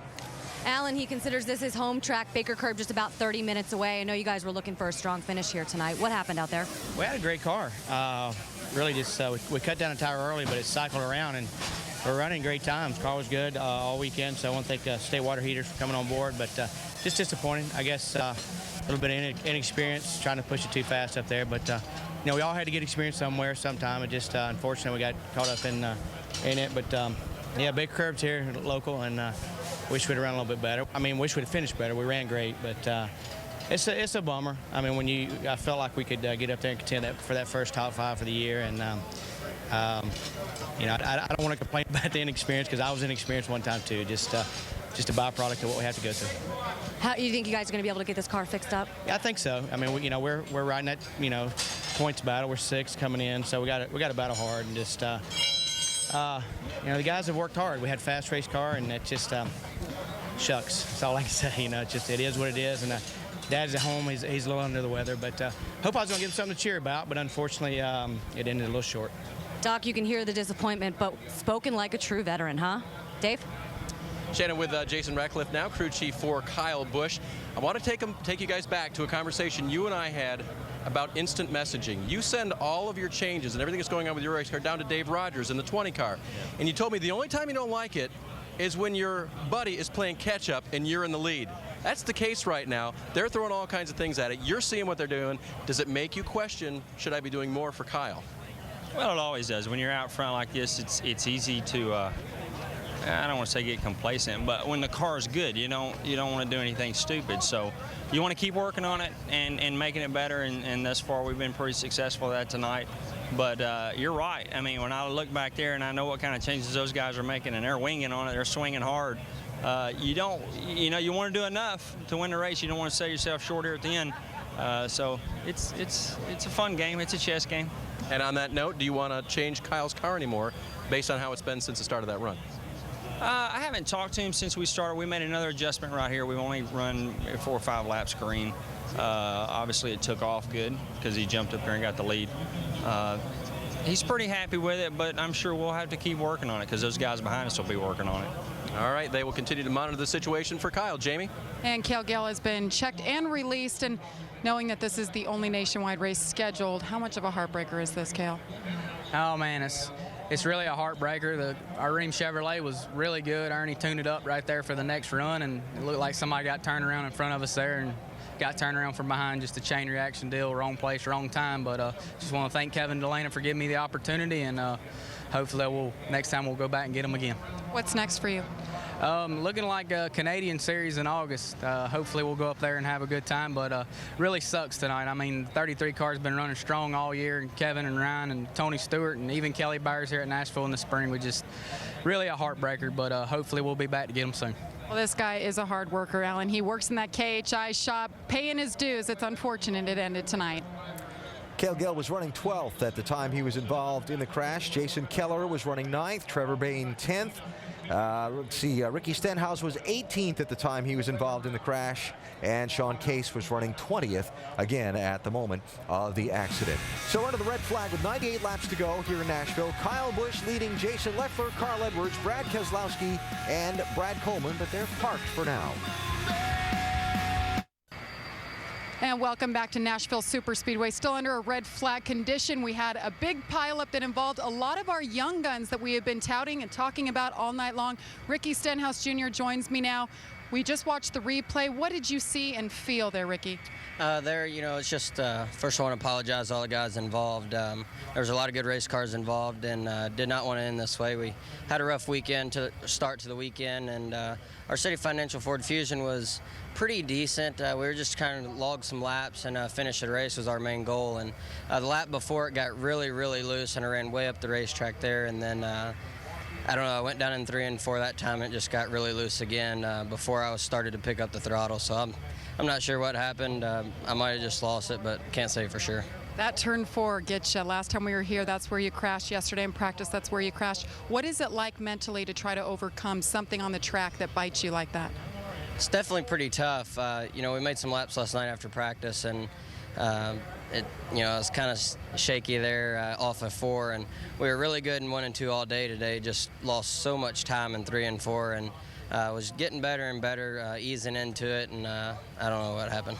All right, well, the good news, he'll be back in the 16 car for the next 2 weeks, Doc. He can get another shot at him. That is great news. The young man is just so talented, and what a disappointment here. We talked about the opportunity for so many young drivers, and there were the guys involved in the crash. 2 of the 3 of those guys involved were in the top 10.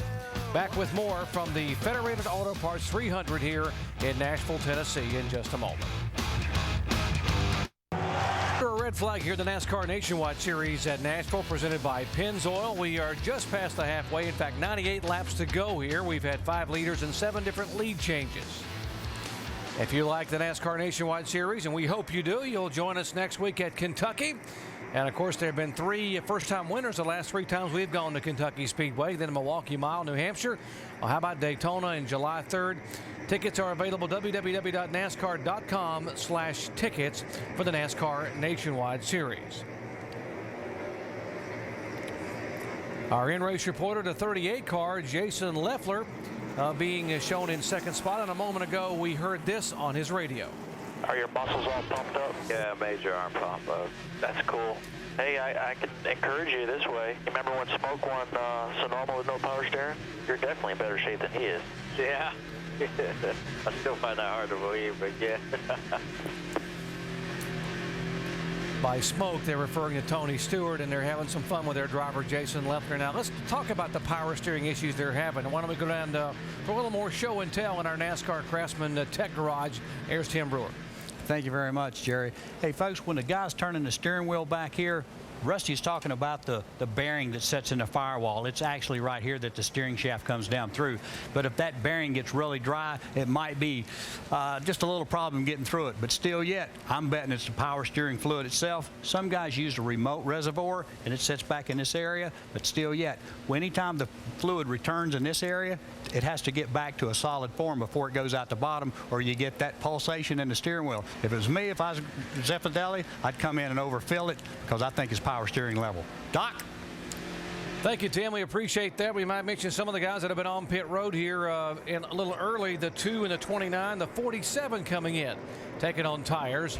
As the red flag is over, the cars are rolling, and when we come back, we'll wave the green flag. Kyle Busch, the leader. Leffler, Edwards, Keselowski, and Coleman, the top 5. Running a team.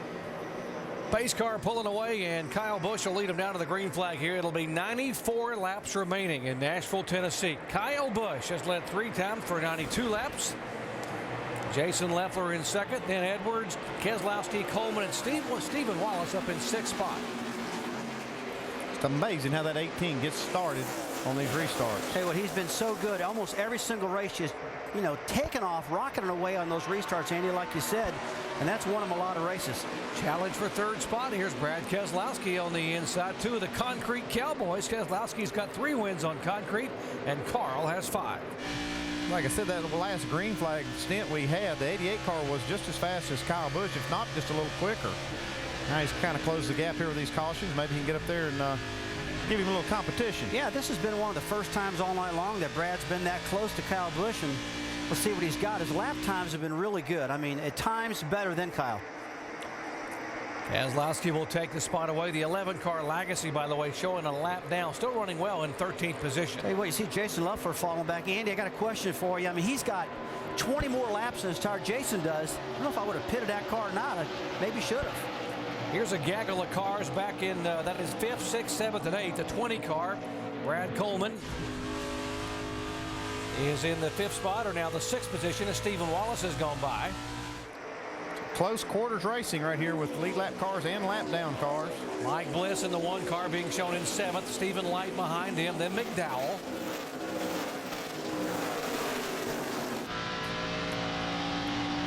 All these cars are on the lead lap now. See Brad Coleman making a move. Here goes Carl Edwards for that 3rd spot. He gets it. Bernie Lamar will try to follow Carl Bob Bernie, by the way, a lap down. So it is Edwards now moving into third, Leffler back in fourth spot, and Coleman still back in fifth.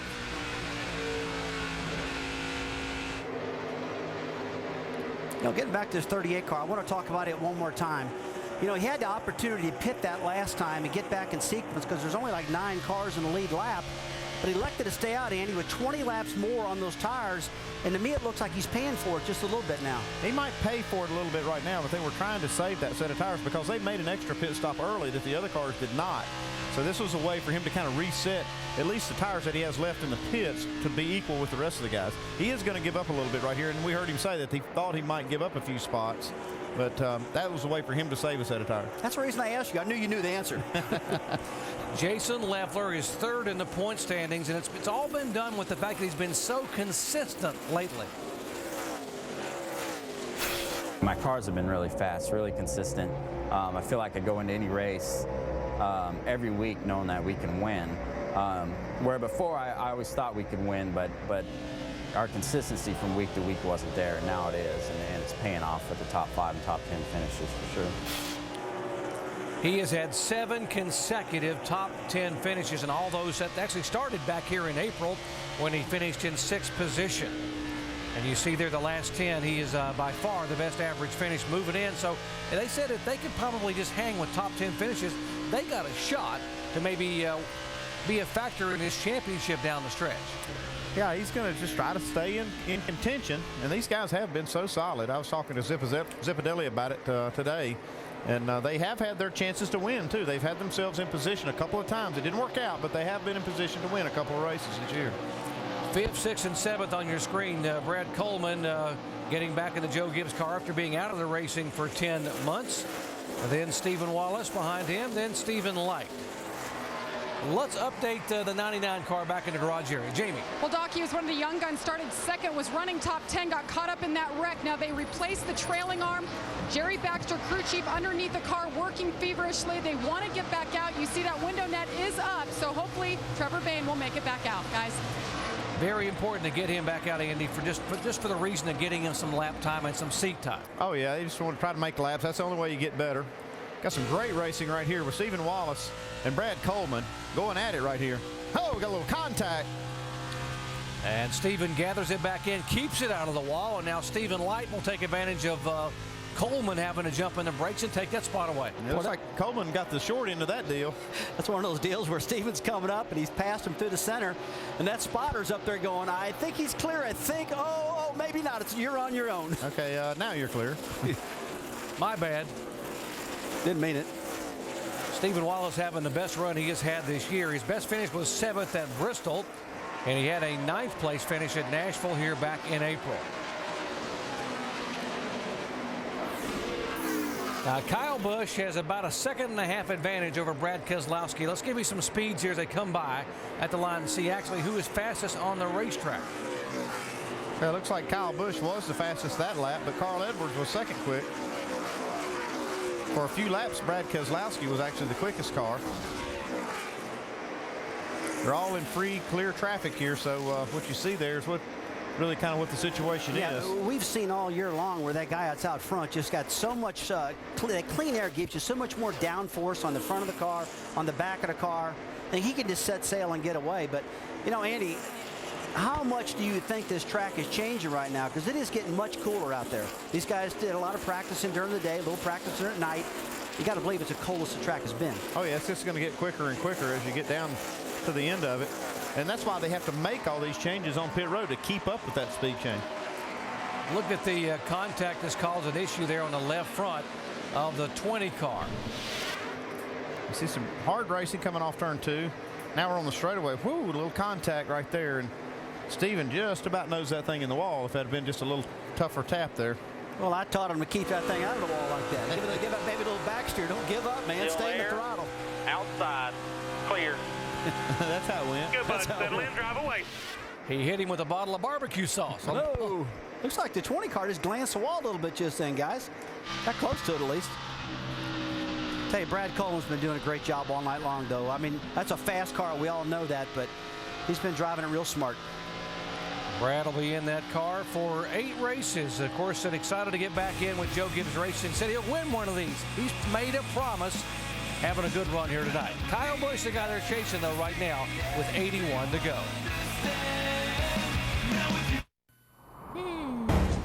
Kyle Busch has led the most laps in the last 3 straight Nationwide Series races, but not one for a variety of reasons. He doesn't want it pointed out. Jerry and the guys in the booth need to stop jinxing me. When it comes down to the end of these races, they keep talking about this or keep talking about that. Well, oh, Kyle Busch, he's led the most laps, he hasn't won, blah, blah, blah. Quit it, Jerry. Just don't even put the camera on me, okay? All right, Doc, I'm going to take the heat for this one. Kyle Busch has led 112 of the 150 laps we've run and has clinched the bonus points for leading the most laps. He led it halfway. And by the way, the leader at halfway in Nashville has not won in the last 5 races here. So that one's on me. He's up by 1.8 seconds now. We're beginning to open a fuel window. Andy, yes? Hey, Alan, you know they're not over till they're over. That's right. How long have we been saying that, right? There you go.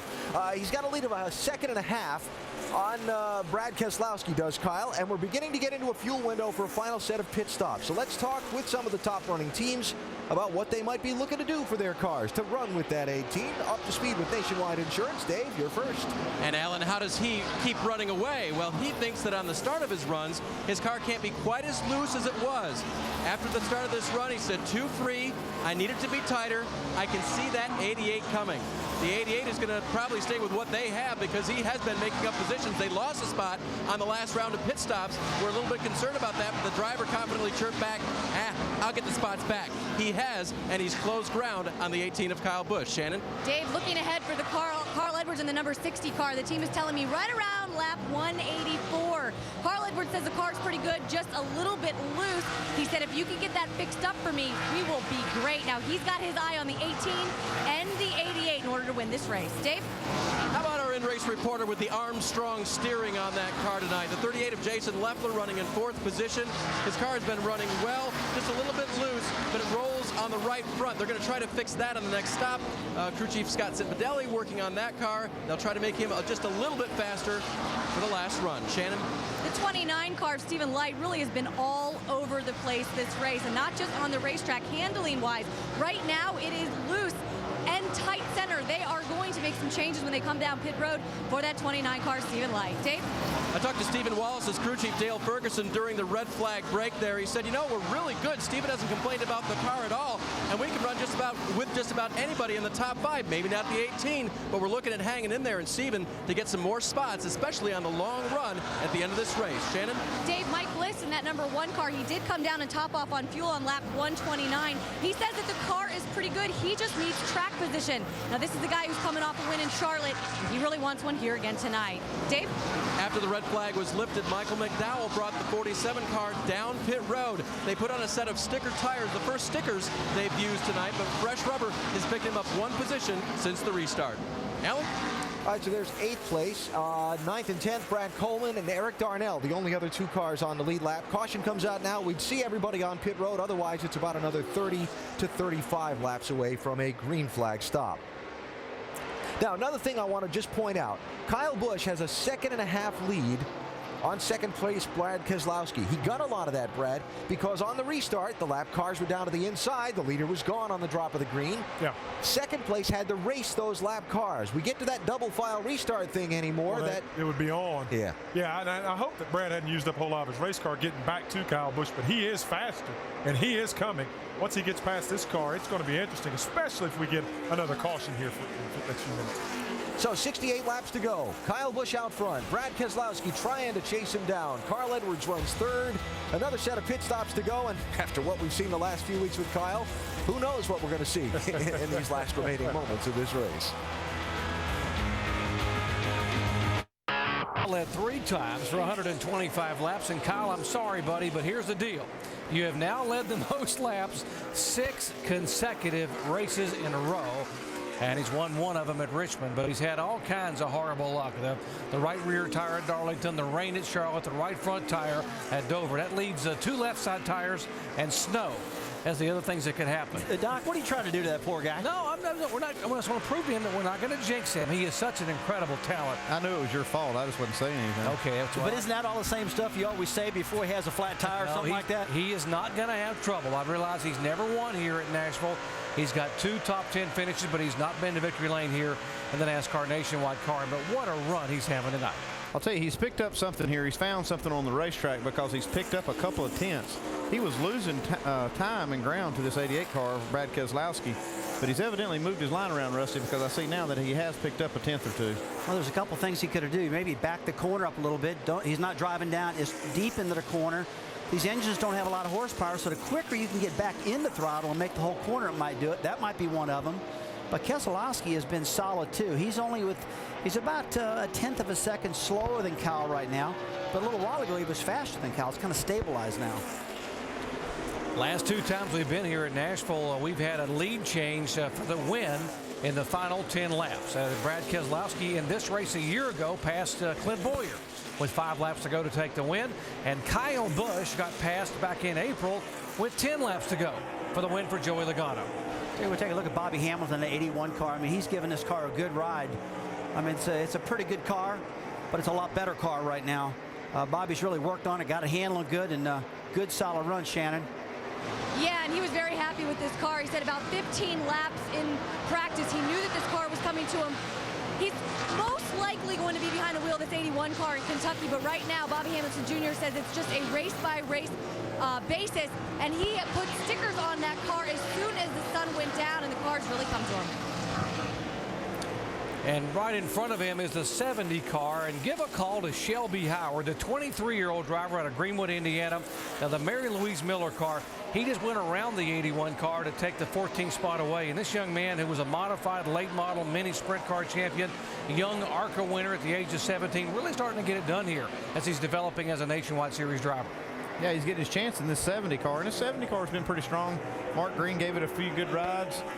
This is a decent car here, and he's showing it. Well, you need laps to get experience. And stays out of wrecks. Hey, man, I've been through that with Steven, wrecking so many cars early in his career. I said, you can't learn if you're always wrecking. And Shelby's doing a good job right now. All these young guys that are out here, they just need to finish this race and go back and say, man, boy, did I learn something tonight. Let's update what's going on with the 88 car. Of course, he's the guy that won this race a year ago and won a week ago at Dover, Delaware. Dave standing by with his crew chief. That's Tony Eury Sr. And Tony, did Brad's car slow a little bit, or did you think Kyle found something more in the 18? I think Kyle just picked it up a little bit. He was sitting there running 80s. He was running 70s, 80s, and I think he picked it up a little bit. He got to running some 60s. I don't think we're capable of doing that. It's like about the best we can do is 80s, 90s. So we just have to see what happens. What can you do for him on the final stop, do you think? What do you think you can do for him chassis-wise? I don't know. He said that he knows he needs a little something, but he don't know exactly what he needs. So, Kyle's been tough all year long, but we'll just have to see what happens. All right, thank you, Dave, as you watch the position change here for a 6th spot, and there is Mike Bliss now going by and taking it away from Stephen Wallace. By the way, the 27 car, Jason Keller, is now showing us 44 laps down. He is back on the racetrack, so give a call to Todd Gordon and the whole Baker Curb crew to get him back out and try to gain some valuable points. Points are everything, man. I'll tell you, if you get that thing fixed and get it back out there, 5 points, 10 points, might sound like a little bit, but at the end, it's a lot. All right, crew chief, we're going to have one more pit stop with maybe 35 to 40 laps to go. Yeah, that's what it looks like. If we don't see another caution before then, if we see a caution, you'll see, all the cars on pit road getting 4 tires. But, I'm impressed with this 38 car. He's got 20 more laps on his tires than the other leaders. He's still hanging in there in 4th spot. Yeah, Andy, I asked you about that earlier. I really questioned that call out of Jason Luffler in that 38 car, but these tires that Goodyear brought tonight are really holding up well. They're not falling off a whole lot. It seems like the first 10 laps somebody takes off, then they stabilize. So it was a good call on Luffler's part, and Scott Zippadelli saving that last set of tires.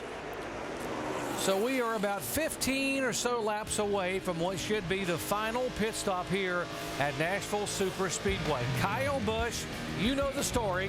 He's led now the most laps, 6 consecutive races in a row. Can he hold on and get his first win at Nashville here tonight? Can you say free to... Nashville Super Speedway, known for some late race surprises and fireworks here. Back in 2004, all the leaders up front get together. And guess who? Here comes Michael Waltrip from 22nd starting position. He would lead only the final 2 laps, but he's the one celebrating in victory lane. Here 1 year ago, 5 laps to go. Clint Boyer's the veteran, but here comes the kid from Michigan. And Brad Keselowski would celebrate getting that coveted Gibson guitar. Back in April this year, 19 lead changes, 15 times. These 2 guys went back and forth. And with 10 laps to go, it is Joey Logano going by his teammate. And Logano would pick up the victory here in Nashville, Tennessee. So, Andy, as they say, it's never over. That's right. It's never over till it's over. Hope you haven't jinxed Kyle Busch. Well, let's try not to. Let's find out with the pit stops coming in about 10 laps. Let's listen in and see what they may be talking about here on the radios. Here's the 18 radio.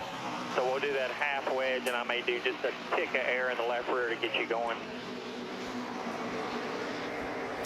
Well, adjustments, they're talking about it. Yeah, he wants to make his car just a little bit better. He's holding his own with the lead, but he looks in his mirror and he sees that 88 car kind of showing up every now and then. So they want to make sure they don't get behind on their adjustment. And Kyle Busch is the leader, Keselowski second. But this 60 car of Carl Edwards hanging right there, maybe having the best or most consistent run he has had to date here in 2009. Let's listen into his radio. Going to put a rounded wedge in the left rear, and we're working on some air pressure stuff right now. Last time we took 1 pound out of both rears.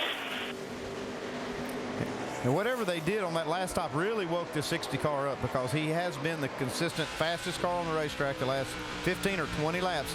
The only problem is he's 4 seconds behind leader Kyle Busch. What he really needs is a caution flag to get this field reset. Well, I'll tell you what, everybody needs a caution flag right now, except for a couple. And one of them is Stephen Light. He's the first guy. I mean, he can go.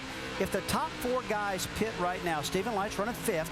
He's got 13 more laps of fuel in that tank than everybody else. And so this could really mess everything up if the caution flag comes out while these guys hit pit road. Leaders last pitted on lap 115, so we're guessing they will be in sometime in the next 8 to 10 laps, if not earlier than that. And if they hit pit road, Light's going to be still out there. And that could put everybody in a big problem, except for Light. Stephen Light, who pulled off the huge upset at Kentucky 2 years ago. One of 3 consecutive first-time winners we've had at Kentucky Speedway. We'll be headed back there next week.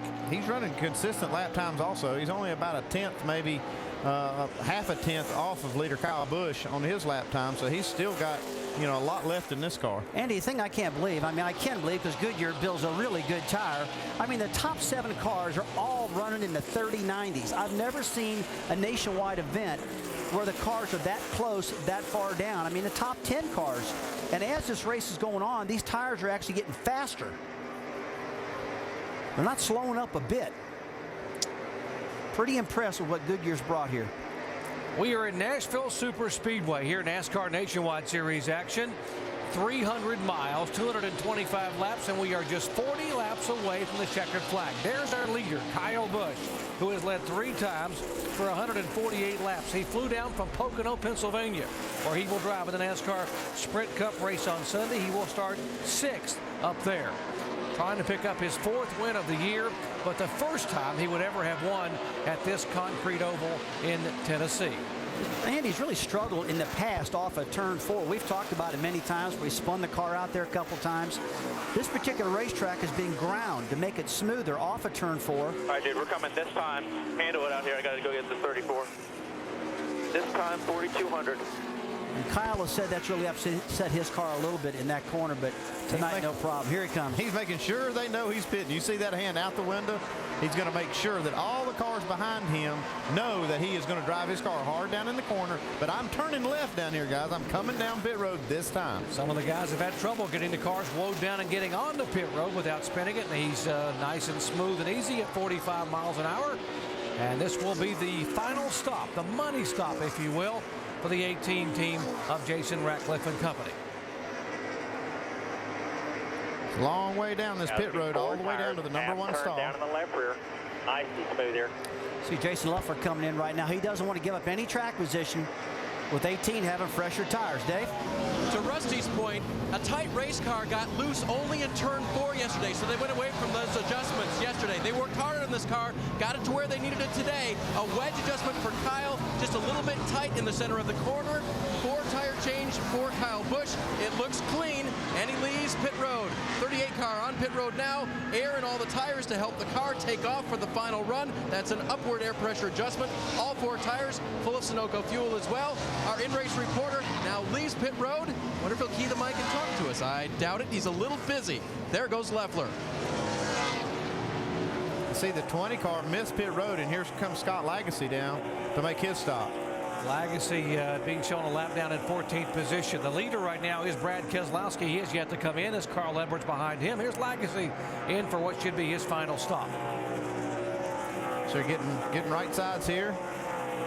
Fairly clean so far, coming around the car. Putting scuffs on. You see him grab the tires off the wall. A lot of teams scuffed the tires before this race. And others coming down pit road, the 5th place car. Stephen Wallace in 66 for his final stop. You got a little crash here, a little contact on pit road with Brendan Gaughan and Mark. I don't know where he's headed. He's headed to the garage. Yeah, the Mark Davis headed to the garage area, and Gaughan gets a lot of damage. Heavy damage. Here is Carl Edwards, the 2nd place car. Shannon. Doc, Carl Edwards says he needs a little bit more drive off that left rear. They're going to make a wedge adjustment, air pressure, 4 tires, and just 1 can of fuel for this 60 car.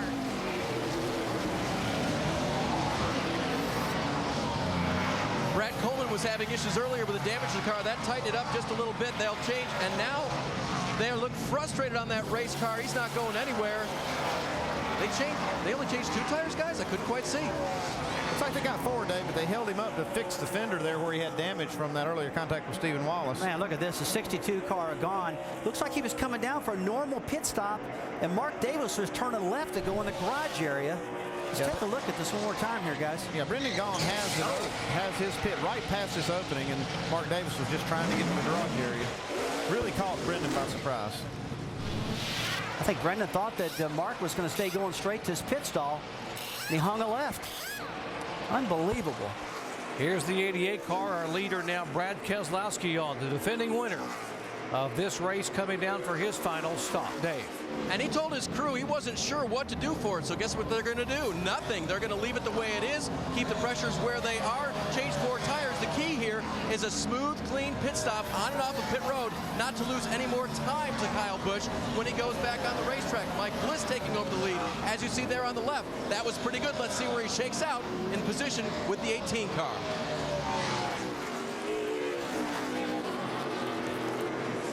Watch the blend line as he comes back out and tries to get back up on the racetrack. Has to come all the way up off of turn 2 to be able to get up on the full throttle and up on the racetrack. And there comes Carl Edwards off of turn 2 behind him. Yeah, you can see he gets up in front of Carl Edwards behind Kyle Busch, basically in the same slot they were in before the round of stops. Also, the 12 car has been on and off pit road. Justin Allgaier, the other co-leader in the rookie standings. So Mike Bliss being shown the leader. Stephen Light, as Rusty, you mentioned these guys have a few laps they can run yet on their tires. About 8 or 10 more laps on fuel. This is exactly how Mike Bliss won the last race he won at Charlotte. Able to go just a little farther than the other guys, and the caution fell just right for him. Yeah, go a little farther, keep these guys a lap down, and right now it looks to me, I expect him in around lap 200, maybe 202. And this is a real scary time right now for the guys that, like Kyle Busch, where he's run so well. And now here comes Light in right now. Shannon. Hey guys, Stephen Light just saying he needs to be able to roll through the centers just a little bit. It is tight through those turns, as you see those guys on the right side of the car right now, and they go around to the left side. It's going to be 4 tires. Doug Randolph been very busy on top of that pit box for this young driver here tonight. It's been a handful. Just under 16 seconds. That now will lead 3 cars that have yet to pit. Bliss, the leader, Michael McDowell, and Eric Darnell. Those three have yet to come on. They are first, second, and third, and now those have pitted. Kyle Busch being shown back in fourth position. There is Mike Bliss, and as you said, Andy, it was pit strategy plus a little help from the weather that helped him get to victory lane in Charlotte. He's going to give up some lap time by staying out here on these older tires after these other cars pitted, but like you said, that's how he won the last one. He's going to try to stretch this run and this fuel tank as far as possible. Maybe he'll get a break, get a caution, and have less cars to race. Hey, man, take him any way you can get him. A long time ago, I said, hey, I didn't have the best car. I really, I won, but I feel bad. And my crew chief said, hey, dude, take him any way you can get him. A win's a win. But he's been running pretty good all. He's been in the top 10 throughout the night. Saw Brad Coleman. He passed the one car to get back just one lap down. He was 2 laps down. Missed his pit, or missed the pit road and had to go around, and then came in and they had to work on that left front fender. You see the red tape on the fender and right there by the hood. Took a little extra time to try to fix the car. Yeah, and that really killed him when he missed pit road and had to go back out to the track. That really slows you down quite a bit. Now John Buslow, front tire carrier, making a 2-tire stop. Look at that dust. A lot of dust.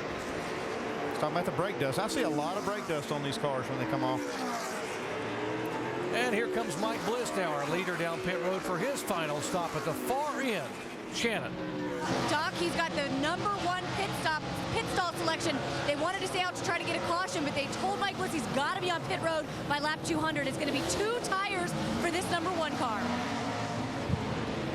So, yeah, I kind of like that strategy right there, getting 2 tires, because it's not going to take a full tank of fuel. They didn't have to put 2 cans in, so they can make a quick right side stop, get out. And these tires, like you said, Rusty, have been holding up real well. The lap times have, so that's a good move late in the race. I have not seen all year long these tires this good. They're always good. All right, here comes Michael McDowell. No speeding on pit road, bud. It's key right there. Don't speed on pit road and ruin your day now. Did a good job getting down to pit road speed right there. Good job by Gene Need, the crew chief, talking to his young rookie driver, and now he will come down for his final stop after leading 2 laps. Jamie. Michael McDowell, 11th in points. He stayed out and got 5 bonus points for leading a lap. He's been fighting a tight car all night. They're going to loosen him up just a bit. Air pressure adjustment, right side tires for the 47, guys. A lot of brake dust off these wheels. You see all that brake dust just roll out of that right front. 2 tires and gone. Yeah, I'm amazed about this brake dust. We see it. Here comes Eric Darnell. Now, this is the last guy to pit. Everybody should get cycled back straight now. Eric Darnell had gotten the lap down, got it back by virtue of the Aaron's lucky dog, and now as comes down as the leader. Jamie. Got off pit strategy early, Doc, so he comes in for his last pit stop. Hopefully, their goal is to finish top 10 tonight. They're battling for that rookie position. Eric Darnell making his 2nd stop. Down and away. Quick stop. With that stop, they have all now cycled through, so we have 23 laps to go. Kyle Busch is the leader. Keselowski, Edwards, Leffler, Bliss. So we'll step aside and take our final commercial break of the night and come back all the way to the checkered flag and see what's going to happen here in the late laps. Can Kyle Busch really hang on? He just might do it. You give your sport one. Inside of 20 laps to go here in the NASCAR Nationwide Series race presented by Pennzoil at Nashville, Tennessee. Kyle Busch has now led 4 times for 156 laps. And running in 2nd spot is Brad Keselowski. And remember last week it was Brad Keselowski who took advantage of a late race caution flag, and that worked in his favor, and he was able to make the pass and go on to victory lane. In fact, Brad Keselowski talks about how important these races are in terms of opportunities for teams like his. Well, the standalone races are a great opportunity for my team, the 88 Nationwide team. You know, it's a chance for us to get back on our game. I think last year we scored a lot of points in those races, got us back in the title chase. So I think we're looking to do the same thing this year. He may need another caution flag to be able to get up and close, but it was a year ago in this race, Andy, that he was able to run down the leader and take the lead, which at that time was Clint Boyer, with just 5 laps to go. But he's got his work cut out for him tonight. Yeah, unfortunately, he's got about a 2.5 second gap now he has to make up. He was running faster lap times there again for a few laps, but then this last time he beat Kyle Busch 4 tenths the last lap by. Now, we saw the incident on pit road with Mark Davis trying to turn in, and the impact with a 62 of Brendan Gaughan. Brendan Gaughan is very angry. Listen right now. Find me that dumb wannabe college graduate. Do not let him leave this racetrack at all. I'm fine. I'm fine. No, I'm talking about the kid. He's not leaving this track till he sees me. And Rusty, a lot of frustration there. I mean, he's coming out for a pit stop, and the 10 car is turning. I mean, and that's, I mean, he would have had maybe a top 15 finish. Yeah, it's a big-time racing accident. I mean, things like that happen. There's no doubt about that. Brendan was the first guy to get the lucky dog. He thought he'd get that lap back, and he's coming in for a normal pit stop. He just didn't know that Mark was going to hang a left and come in the garage area, and that's just a bizarre happening that's happened in the past to other people. I just haven't seen it in a while, but he'll cool down. Brendan's got a good head on him. He's just upset right now. Now, in fairness to Mark, could a spotter have helped him and said, you got a car coming in to pit, stay out, or slow down and stay out of the way? Yeah, yeah, I'm not sure about that, though. I think he was, he was just coming down pit road, going to pull in the garage, not realizing these guys were making a pit stop right there at the opening, and that's the key thing. It was just an unlucky break for Brendan by his pit stop being at that garage opening. Carl Edwards talked all weekend about how he had a really good race car. Yesterday, he was the fastest car in the final practice session. He's time and again tonight told his crew and patted him on the back for giving him a very consistent car. Maybe one of the best cars he's had all year long, but right now he's hanging tough in third spot, still looking for that first win of the season. But the key thing is they've made some ground up. They do have a fast car. He's got running fast lap times, but he's got that gap trying to make up on Kyle. But he has a fast car, and they have made some ground on that competitiveness they've been struggling with. He's like, I just like to have one more caution, and so I get a little closer to him, because just like you said, Andy, his car right now, the last time by, he was right at 0.2 of a second faster. Shannon? Rusty, and they've been working on this car all night. As I told you earlier in the race, they felt like they went the wrong way on a pit stop adjustment, so they brought him back down. They corrected it. Carl Edwards, as you said over the radio, said this is the most competitive we've been. So this car really, and this team really moving in the right direction if they want to hunt down that 18 team. Well, they're solid. There's no doubt about that. And that's what's going to win you a championship, just constantly working on your car, adjusting to the conditions throughout the night. And now they got a good guy behind the wheel. I said earlier that there was a 2.5-second gap between Brad Keselowski and Kyle Busch. That gap is now 1.8 seconds.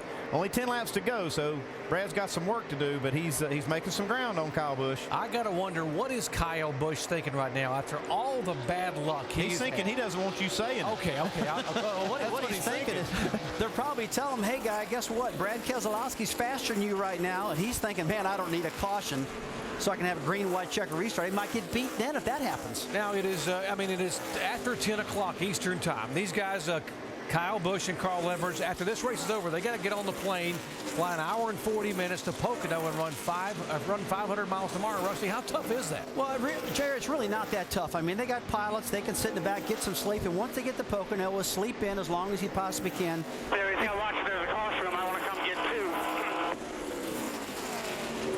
That was Carl Edwards saying that if the late caution, he's thinking ahead here. If the caution comes out, how can I win this thing? And he might want to get a couple of tires here to try to beat these guys. Absolutely. Yeah, if it comes out, I could get two. It might catch, might get enough speed right there to outrun Kyle. Remember, it was this stretch of races last year that Carl Edwards was able to make up some ground and really pull away because Kyle Busch struggled. Remember, Kyle Busch finished 20th here and went to Pocono the next day and finished 43rd last. Yeah, and that's all about, doing too many things. He, just like you said, Jerry, he did Texas in the truck. He did here. He did Pocono. He did all that. And spun out a couple times in Pocono, had problems there. And, man, when he's pretty good, though. He's one of the best guys out there. And if anybody can handle it, Kyle can, that's for sure. Okay, the gap's down to 1.3 seconds.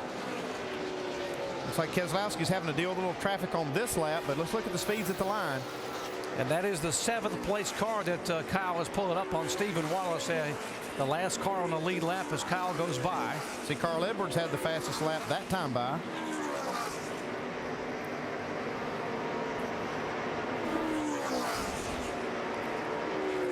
We're inside of 10 laps to go, 6 laps to go, so the gap is now 1.5 seconds. And let's check their speed one more time as they come by, see if Carl is still quick. And their leader will flash by. You see there, Brad Keselowski was the fastest car that time. Well, then now Carl Edwards eclipses his time. But both of those cars faster than Kyle Busch. 5 to go, though. That's the key. That's the key number. And now the margin is just over a second. It was 2.5 seconds 8 laps ago. That's exactly why Kyle doesn't want to see a green-white checker finish here. He wants to get this thing over with. You're exactly right. And Kyle's negotiating traffic right now, getting through there. And he's got a lot of good cars he's been dealing with. He's got 4 laps to go right now. He comes across the line this time, and he knows he's just got to get through it. And Brad is looking at him going, man, if I can get him caught in some traffic. Yeah, and here's some more traffic. This track has not been kind to Kyle Busch. In 7 races here, he's got an average finish of 17th. He's led a bunch of laps, but he's never won a race. That could change 4 laps from now. Kyle Busch knows it's not over till it's over, like Andy's been saying, and Alan down there in the pit studio, and Brad and the guys, because anything can happen. I mean, right now, the rate he's going, Brad can't catch Kyle. But if Kyle gets caught with some more traffic and a caution flag comes out, it's a whole different story. Yeah, but he's thinking, I'm going to make it this time. I've had enough bad luck. I've paid my dues with all this bad luck. I'm going to get to the finish tonight. And he's only got 3 laps to go. I bet he's saying, I hope Jerry Punch doesn't talk about me, too. Well, I'm going to prove to him that I am not the jinx, as we keep talking about what an incredible talent he is. And, folks, for the 6th race in a row, Kyle Busch has led the most laps. I realize he's only won 1 of those 6, or 1 of the 5 before. That was at Richmond, but he is 2 laps away from changing that here tonight. What a performance. He led 4 times for now 171 laps, and he'll get the white flag this time by.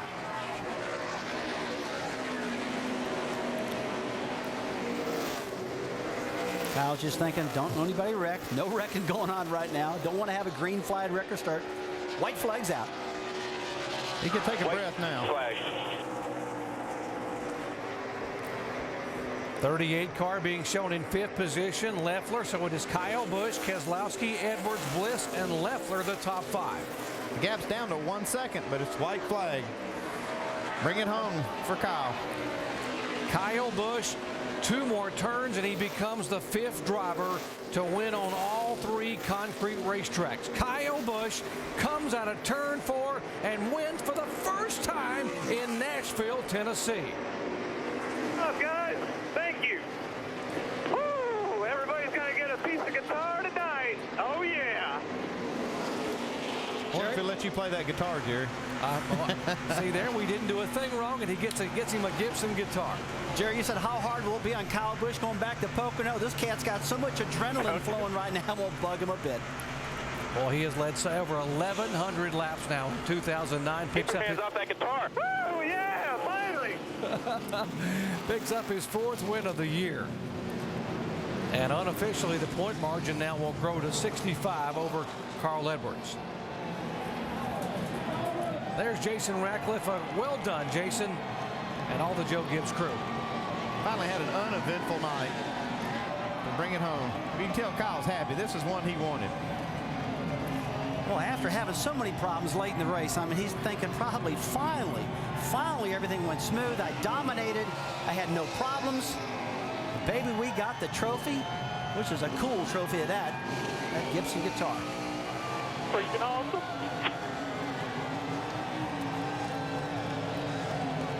Boy, he knows how to do those burnouts. He's got a lot of practice, though.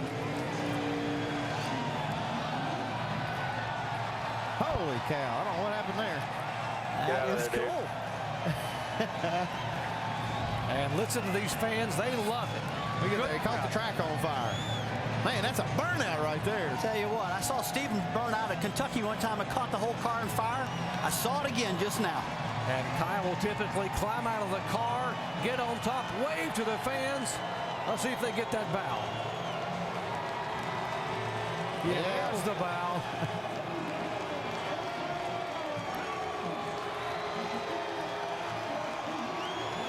Going to run up and get that checkered flag. At 24 years, 1 month, and 4 days, Kyle Busch becomes the youngest driver in NASCAR nationwide history to now win 25 races. Wow. Man, that's a lot of races. He's checking out. See if he's even got some rubber left on those tires to make it to victory lane. He's like, you know where did this fire man, if it come ain't from, man? spectacular, it ain't no fun. There are the teammate crew chiefs. Dave Rogers, the crew chief on the 20. These guys work very close together.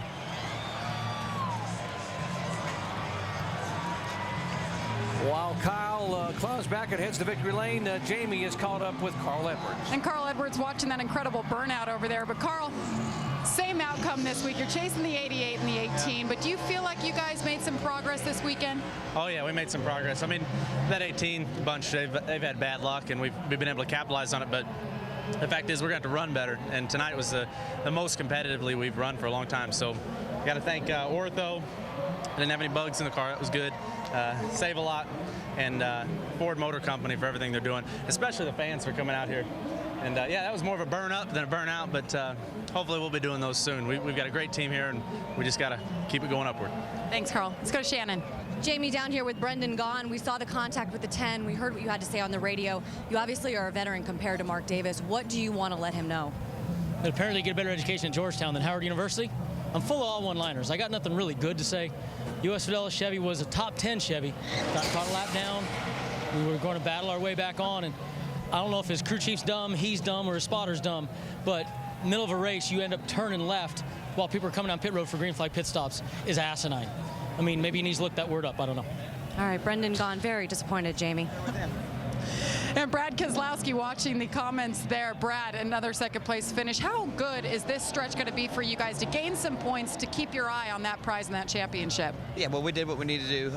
Ran up front, put ourselves in position just like we did at Dover, and just didn't catch the break we caught at Dover. But we were there, and you know, Kyle knew we were there. He knew we were back there, and we just put a little bit of pressure on him, and hopefully we'll force a mistake. But just need a little bit more to get up there and pass him and beat him.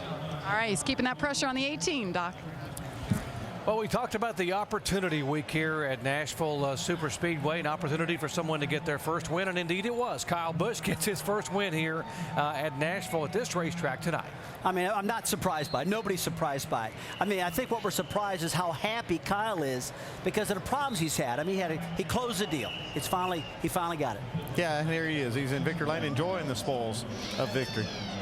He has led so many laps, Dave, and so many times in the late laps the disappointment has come around, but not tonight. Kyle Busch, 6 races in a row he led the most laps, and he goes to victory lane tonight. Doc, it was May Day when Superman last visited victory lane. He put out the distress call. Lady Luck answered, and some other superhero like Captain Domination or something, because he tore it up tonight. And let's see. Oh, he's going to do it. The guitar. That's a strong guitar.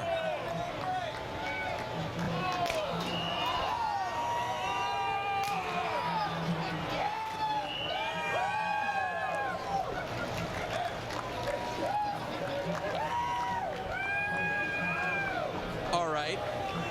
Your crew liked the burnout, said that was spectacular. Now this is a little different too. Talk about the night and everything that happened.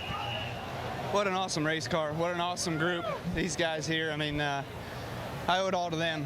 You know, it's great to be able to come back here and finally get this monkey off our back, whatever it's been. But I want to thank the fans and everybody at JGR, all the guys at the shop, do a phenomenal job for us. NOS Energy Drink, Z-Line, Marquee Jets, of course, Gillette and Toyota. You know, everybody that makes this possible for us. It's just been a hard couple weeks, so I'm out of breath. That was a lot of running right there. But, you know, it was fun. I mean, this night was good. Keselowski was better than us at the end of the race. But I was just trying to be conservative and not let anything happen again. Now, you're a racer. I mean, you like competition, so you saw the 88 coming. You think they're getting closer to you? Yeah, they're definitely fast. At the concrete tracks, they've always been fast. You know, you go back to 2004 with Truex. That's Tony Eury Sr., you know. And those guys are fast, so they know what's going on. I know it was Bono Mannion as a crew chief then, but it was still DEI stuff. So, you know, they're fast for sure. Carl, I don't know where he ended up, 3rd, so he's still right there. You know, he's in the hunt a little bit further back, but still 3rd. So, decent night for us. Of course, in victory lane, it's awesome. But, you know, this was meant for the team. These guys here, it was very cool. Kyle maintains the points lead, and everybody gets a piece of guitar. Jamie? And Jason Leffler lost that power steering, manhandled it. How tough was it to bring it home to 5th?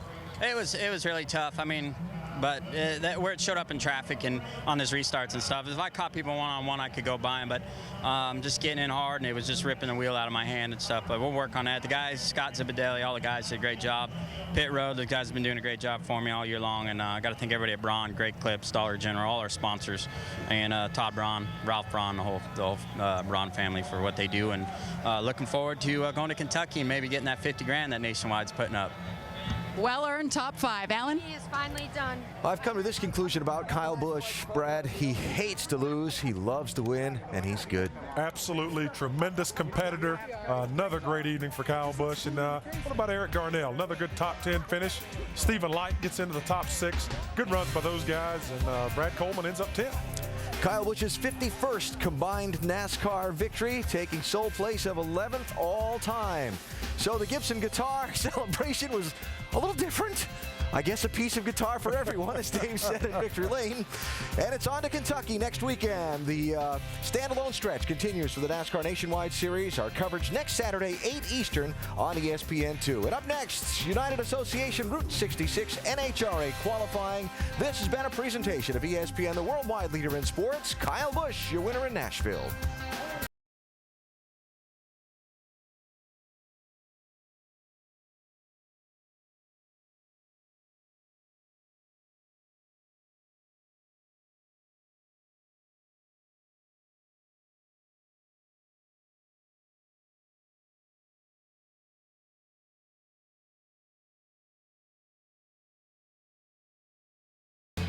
The history